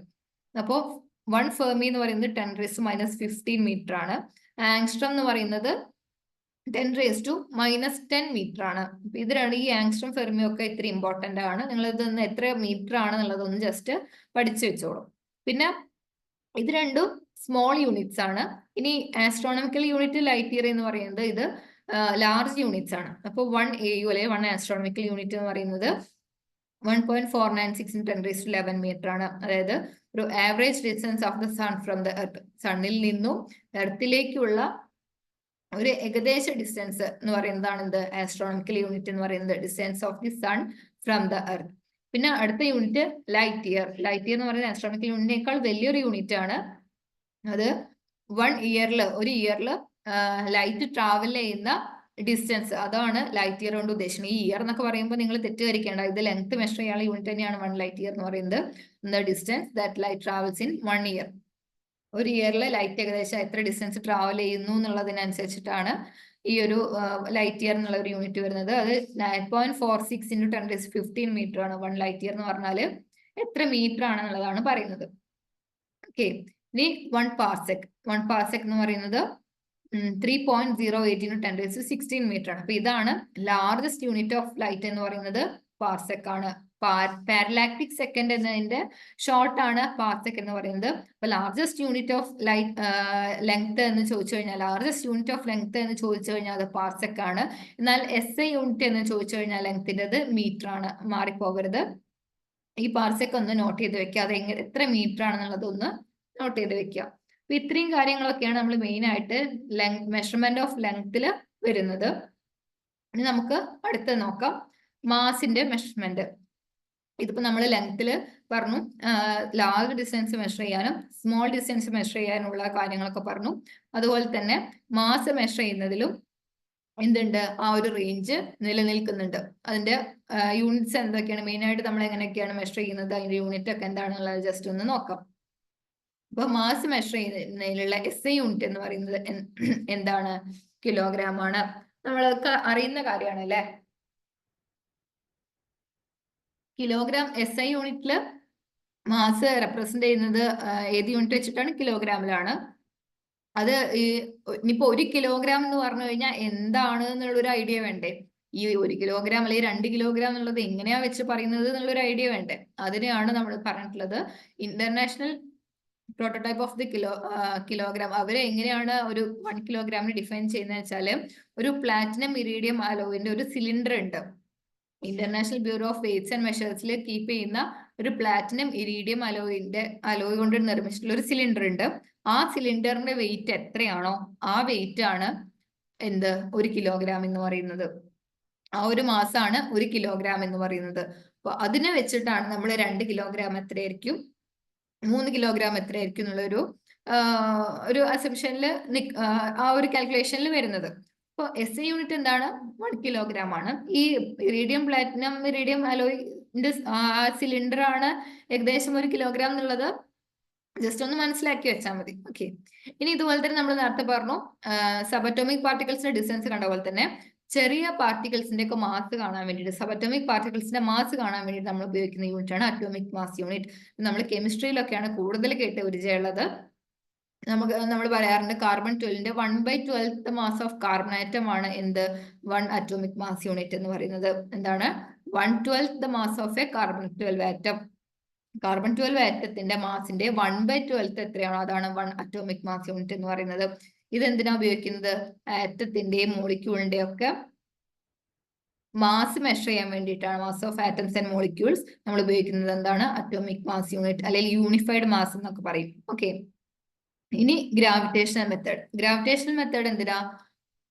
മാസീവ് ആയിട്ടുള്ള ഒബ്ജക്ട്സ്, അതായത് ലാർജ് സെലസ്റ്റിയൽ ബോഡീസിന്റെ ഒക്കെ മാസ് കാൽക്കുലേറ്റ് ചെയ്യാൻ, അതായത് പ്ലാനറ്റ്സ്, സ്റ്റാർസ്, അതൊക്കെ കാൽക്കുലേറ്റ് ചെയ്യാൻ വേണ്ടിയിട്ടാണ് ഗ്രാവിറ്റേഷണൽ മെത്തേഡ് ഉപയോഗിക്കുന്നത്. അതിൽ നമ്മൾ ന്യൂട്ടൺസ് ലോ ഓഫ് ഗ്രാവിറ്റേഷൻ ഉപയോഗിച്ച് നമുക്ക് ആ ഒരു ഇക്വേഷൻ ഒക്കെ ഉണ്ട്, F=gm/r². ഇതിൽ ഈ m എന്ന് പറയുന്നത് നമുക്ക് എന്ത് ചെയ്യാം? കണ്ടുപിടിക്കാൻ പറ്റും. അങ്ങനെയാണ് ഗ്രാവിറ്റേഷണൽ മെത്തേഡ് വെച്ചിട്ട് സെലസ്റ്റിയൽ ബോഡീസിന്റെ ഒക്കെ മാസ് നമ്മൾ കാൽക്കുലേറ്റ് ചെയ്യുന്നത്. പിന്നെ മാസ് സ്പെക്ട്രോമെട്രി, ഇതിലും ഒരു mass to charge ratio of charge പാർട്ടിക്കിൾസിന്റെ ഒക്കെ മാസ് ബൈ ചാർജ് റേഷ്യോ, അതിന്റെ ആ ചാർജ് റേഷ്യോ കണ്ടുപിടിച്ചിട്ടാണ് നമ്മൾ എന്ത് ചെയ്യുന്നത്? സബറ്റോമിക് പാർട്ടിക്കിൾസിന്റെ മാസ് ഒക്കെ കണ്ടുപിടിക്കുന്നത്. ഏതില്? മാസ് സ്പെക്ട്രോമീറ്ററിൽ. അപ്പൊ ആ മാസ് മെഷർ ചെയ്യുന്നതിനുള്ള കുറച്ച് യൂണിറ്റ്സും അതെങ്ങനെയൊക്കെ മെഷർ ചെയ്യാന്നുള്ളതാണ് ഇവിടെ പറയുന്നത്. അധികം അങ്ങനെ പറയാനായിട്ടില്ല, ക്ലിയർ ആയി എന്ന് വിചാരിക്കുന്നു. ഇനി നമുക്ക് ഇപ്പൊ ലെങ്ത് നമ്മൾ പറഞ്ഞു, ദെൻ മാസ് പറഞ്ഞു. ഇനി നമുക്ക് ടൈമിലേക്ക് പോവാം. ടൈം എങ്ങനെയാണ് മെഷർ ചെയ്യേണ്ടത്? അപ്പൊ നമ്മൾ ഈ മാസിന്റെ റേഞ്ച് പറയുകയാണെന്നുണ്ടെങ്കിലും ഒരു സൈസ് ഓഫ് പ്രോട്ടോൺ അല്ലെങ്കിൽ അറ്റോമിക് ന്യൂക്ലിയർ സൈസ് ഒക്കെ നമ്മൾ ഏകദേശം 10⁻⁻40, അതായത് നമ്മൾ നേരത്തെ ഇതിൽ പറഞ്ഞു അല്ലെ, എന്താ ലെങ്ത്തിന്റെ കാര്യത്തിൽ പറഞ്ഞു. അതുപോലെ തന്നെയാണ് ഈ മാസിലുള്ള റേഞ്ച് എന്ന് പറയുന്നത് കേട്ടോ. ഏറ്റവും ചെറിയ ഒരു റേഞ്ച് മുതൽക്ക് ഒബ്സർവബിൾ നമ്മുടെ യൂണിവേഴ്സിന്റെ ഒരു മാസ് 10⁻55 റേഞ്ചിലൊക്കെ വരുന്നുണ്ട്. അതുപോലെ തന്നെ ഇലക്ട്രോണിന്റെ ഒക്കെ മാസ് ആണെന്നുണ്ടെങ്കിൽ 10⁻31 റേഞ്ചിലൊക്കെയാണ് വരുന്നത്. ഇതൊക്കെ ജസ്റ്റ് കാണിക്കുന്നത് എന്താ വെച്ചാല് മാസിന്റെ മെഷർമെന്റിന്റെ ഒരു റേഞ്ച് കാണിക്കാനാണ്. മൈക്രോസ്കോപ്പിക് ലെവലിൽ നിന്ന് അല്ലെങ്കിൽ മൈക്രോസ്കോപ്പിക് റേഞ്ചിൽ നിന്ന് ഒരു ആസ്ട്രോണമിക്കൽ റേഞ്ചിൽ വരെ അത് എക്സ്റ്റെൻഡ് ചെയ്ത് നിൽക്കുന്നുണ്ട് എന്നുള്ളത് നമുക്കൊന്ന് മനസ്സിലാക്കാൻ വേണ്ടിയിട്ട്. ദെൻ ടൈം എങ്ങനെയാണ് മെഷർ ചെയ്യുന്നത്? നമ്മൾ ടൈം വെച്ച് കഴിഞ്ഞാൽ നമ്മളിങ്ങനെ ചാടിക്കറി ക്ലോക്കിലൊക്കെ നോക്കി സമയമൊക്കെ പറയും അല്ലെ.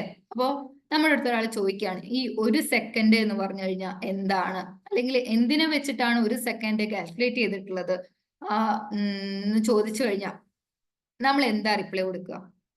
അല്ലെങ്കിൽ നമ്മൾ ഫിസിക്സ് പഠിക്കുന്ന അല്ലെങ്കിൽ സയൻസ് പഠിക്കുന്ന കുട്ടികളാണ്. അപ്പൊ നമുക്ക് നമ്മുടെ അടുത്ത് അതൊരു ആൻസർ വേണം അല്ലെ. അപ്പൊ എന്താണെന്നുള്ളത് ആണ് ഈ മെഷറിംഗ് ടൈം എന്നുള്ള ഒരു ടോപ്പിക്കിൽ നമ്മൾ നോക്കുന്നത്. നമുക്ക് ഒരു ടൈം ഇന്റർവെൽ മെഷർ ചെയ്യാൻ എന്ത് വേണം? ഒരു ക്ലോക്ക് വേണം. നമ്മൾ സ്റ്റാൻഡേർഡ് ആയിട്ട് അല്ലെങ്കിൽ മെയിൻ ആയിട്ട് ഒരു സ്റ്റാൻഡേർഡൈസ് ആയിട്ടുള്ള യൂണിവേഴ്സലി നമ്മൾ യൂസ് ചെയ്യുന്ന ക്ലോക്ക് ഏതാണ്? അറ്റോമിക് സ്റ്റാൻഡേർഡ് ആണ്. യൂസ് ചെയ്യുന്ന ക്ലോക്ക് ഏതാണ്? അറ്റോമിക് സ്റ്റാൻഡേർഡ് ആണ്. ഈ അറ്റോമിക് സ്റ്റാൻഡേർഡിൽ എങ്ങനെയാ ടൈം, എന്തിനെ ബേസ് ചെയ്തിട്ട് അറ്റോമിക് സ്റ്റാൻഡേർഡിൽ ടൈം കാണിക്കുന്നത്? അതിലുള്ള സീസിയം ആറ്റം, ഒരു സീഷ്യം ആറ്റം ഉണ്ട്. ആ സീഷ്യം ആറ്റത്തിന്റെ പീരിയോഡിക് വൈബ്രേഷൻസ്, അത് പ്രൊഡ്യൂസ് ചെയ്യുന്ന പീരിയോഡിക് വൈബ്രേഷൻസിനെ ബേസ് ചെയ്തിട്ടാണ് അറ്റോമിക് സ്റ്റാൻഡേർഡിലുള്ള ടൈം, അതിനെ ബേസ് ചെയ്തിട്ടാണ് നിൽക്കുന്നത്. ഈ സീഷ്യം ആറ്റത്തിന്റെ ഒരു പ്രത്യേകത എന്താ? നമുക്കറിയാം ഇതൊരു എസ് ബ്ലോക്ക് എലമെന്റ് ആണ്. ഫസ്റ്റ് ഗ്രൂപ്പിലുള്ള എസ് ബ്ലോക്ക് എലമെന്റ് ആണ് സീഷ്യം ആറ്റം എന്ന് പറയുന്നത്. ഈ സീഷ്യം ആറ്റത്തില് ഇങ്ങനെ ഒരുപാട് സബ്ഷെൽസ് ഉണ്ട്. അതിൽ ഏറ്റവും ഔട്ടർമോസ്റ്റ് സബ്ഷെല്ലില് ഒരു ഇലക്ട്രോൺ ആണുള്ളത്. ഓക്കെ, അപ്പൊ ഈ ഒരു ഇലക്ട്രോണിനുള്ള വൈബ്രേഷൻസ് ഉണ്ടാവും. ഇതിന്റെ ഒരു എന്താ പറയാ, അതിന്റെ ഒരു വൈബ്രേഷൻസ് ഉണ്ടാവും. ഒരു 2 hyperfine levels of the ground state of caesium 133 atom, അതിന്റെ ഒരു 2 ലെവൽ ഹൈപ്പർഫൈൻ സ്ട്രക്ചർ തമ്മിലുള്ള ഒരു വൈബ്രേഷൻസ് ഉണ്ടാവും. ആ ഔട്ടർമോസ്റ്റ് ഇലക്ട്രോൺ ഔട്ടർമോസ്റ്റ് ഷെല്ലിൽ ഒരു ഇലക്ട്രോൺ ആണ് നമ്മൾ പറഞ്ഞു.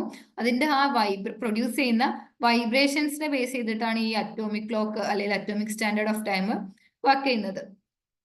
ഈ സീഷ്യം അറ്റോമിക് ക്ലോക്കിൽ ഒരു സെക്കൻഡ് എന്ന് പറയുന്നത് നമ്മൾ കാൽക്കുലേറ്റ് ചെയ്യുന്നത് എന്താന്ന് വെച്ചാൽ ഇത്രയും vibrations 9192631770 vibrations of the radiations corresponding to the transition between two hyperfine level of the ground state of cesium-133 atom. ഇത്രയും മനസ്സിലാക്കി വെക്കുക.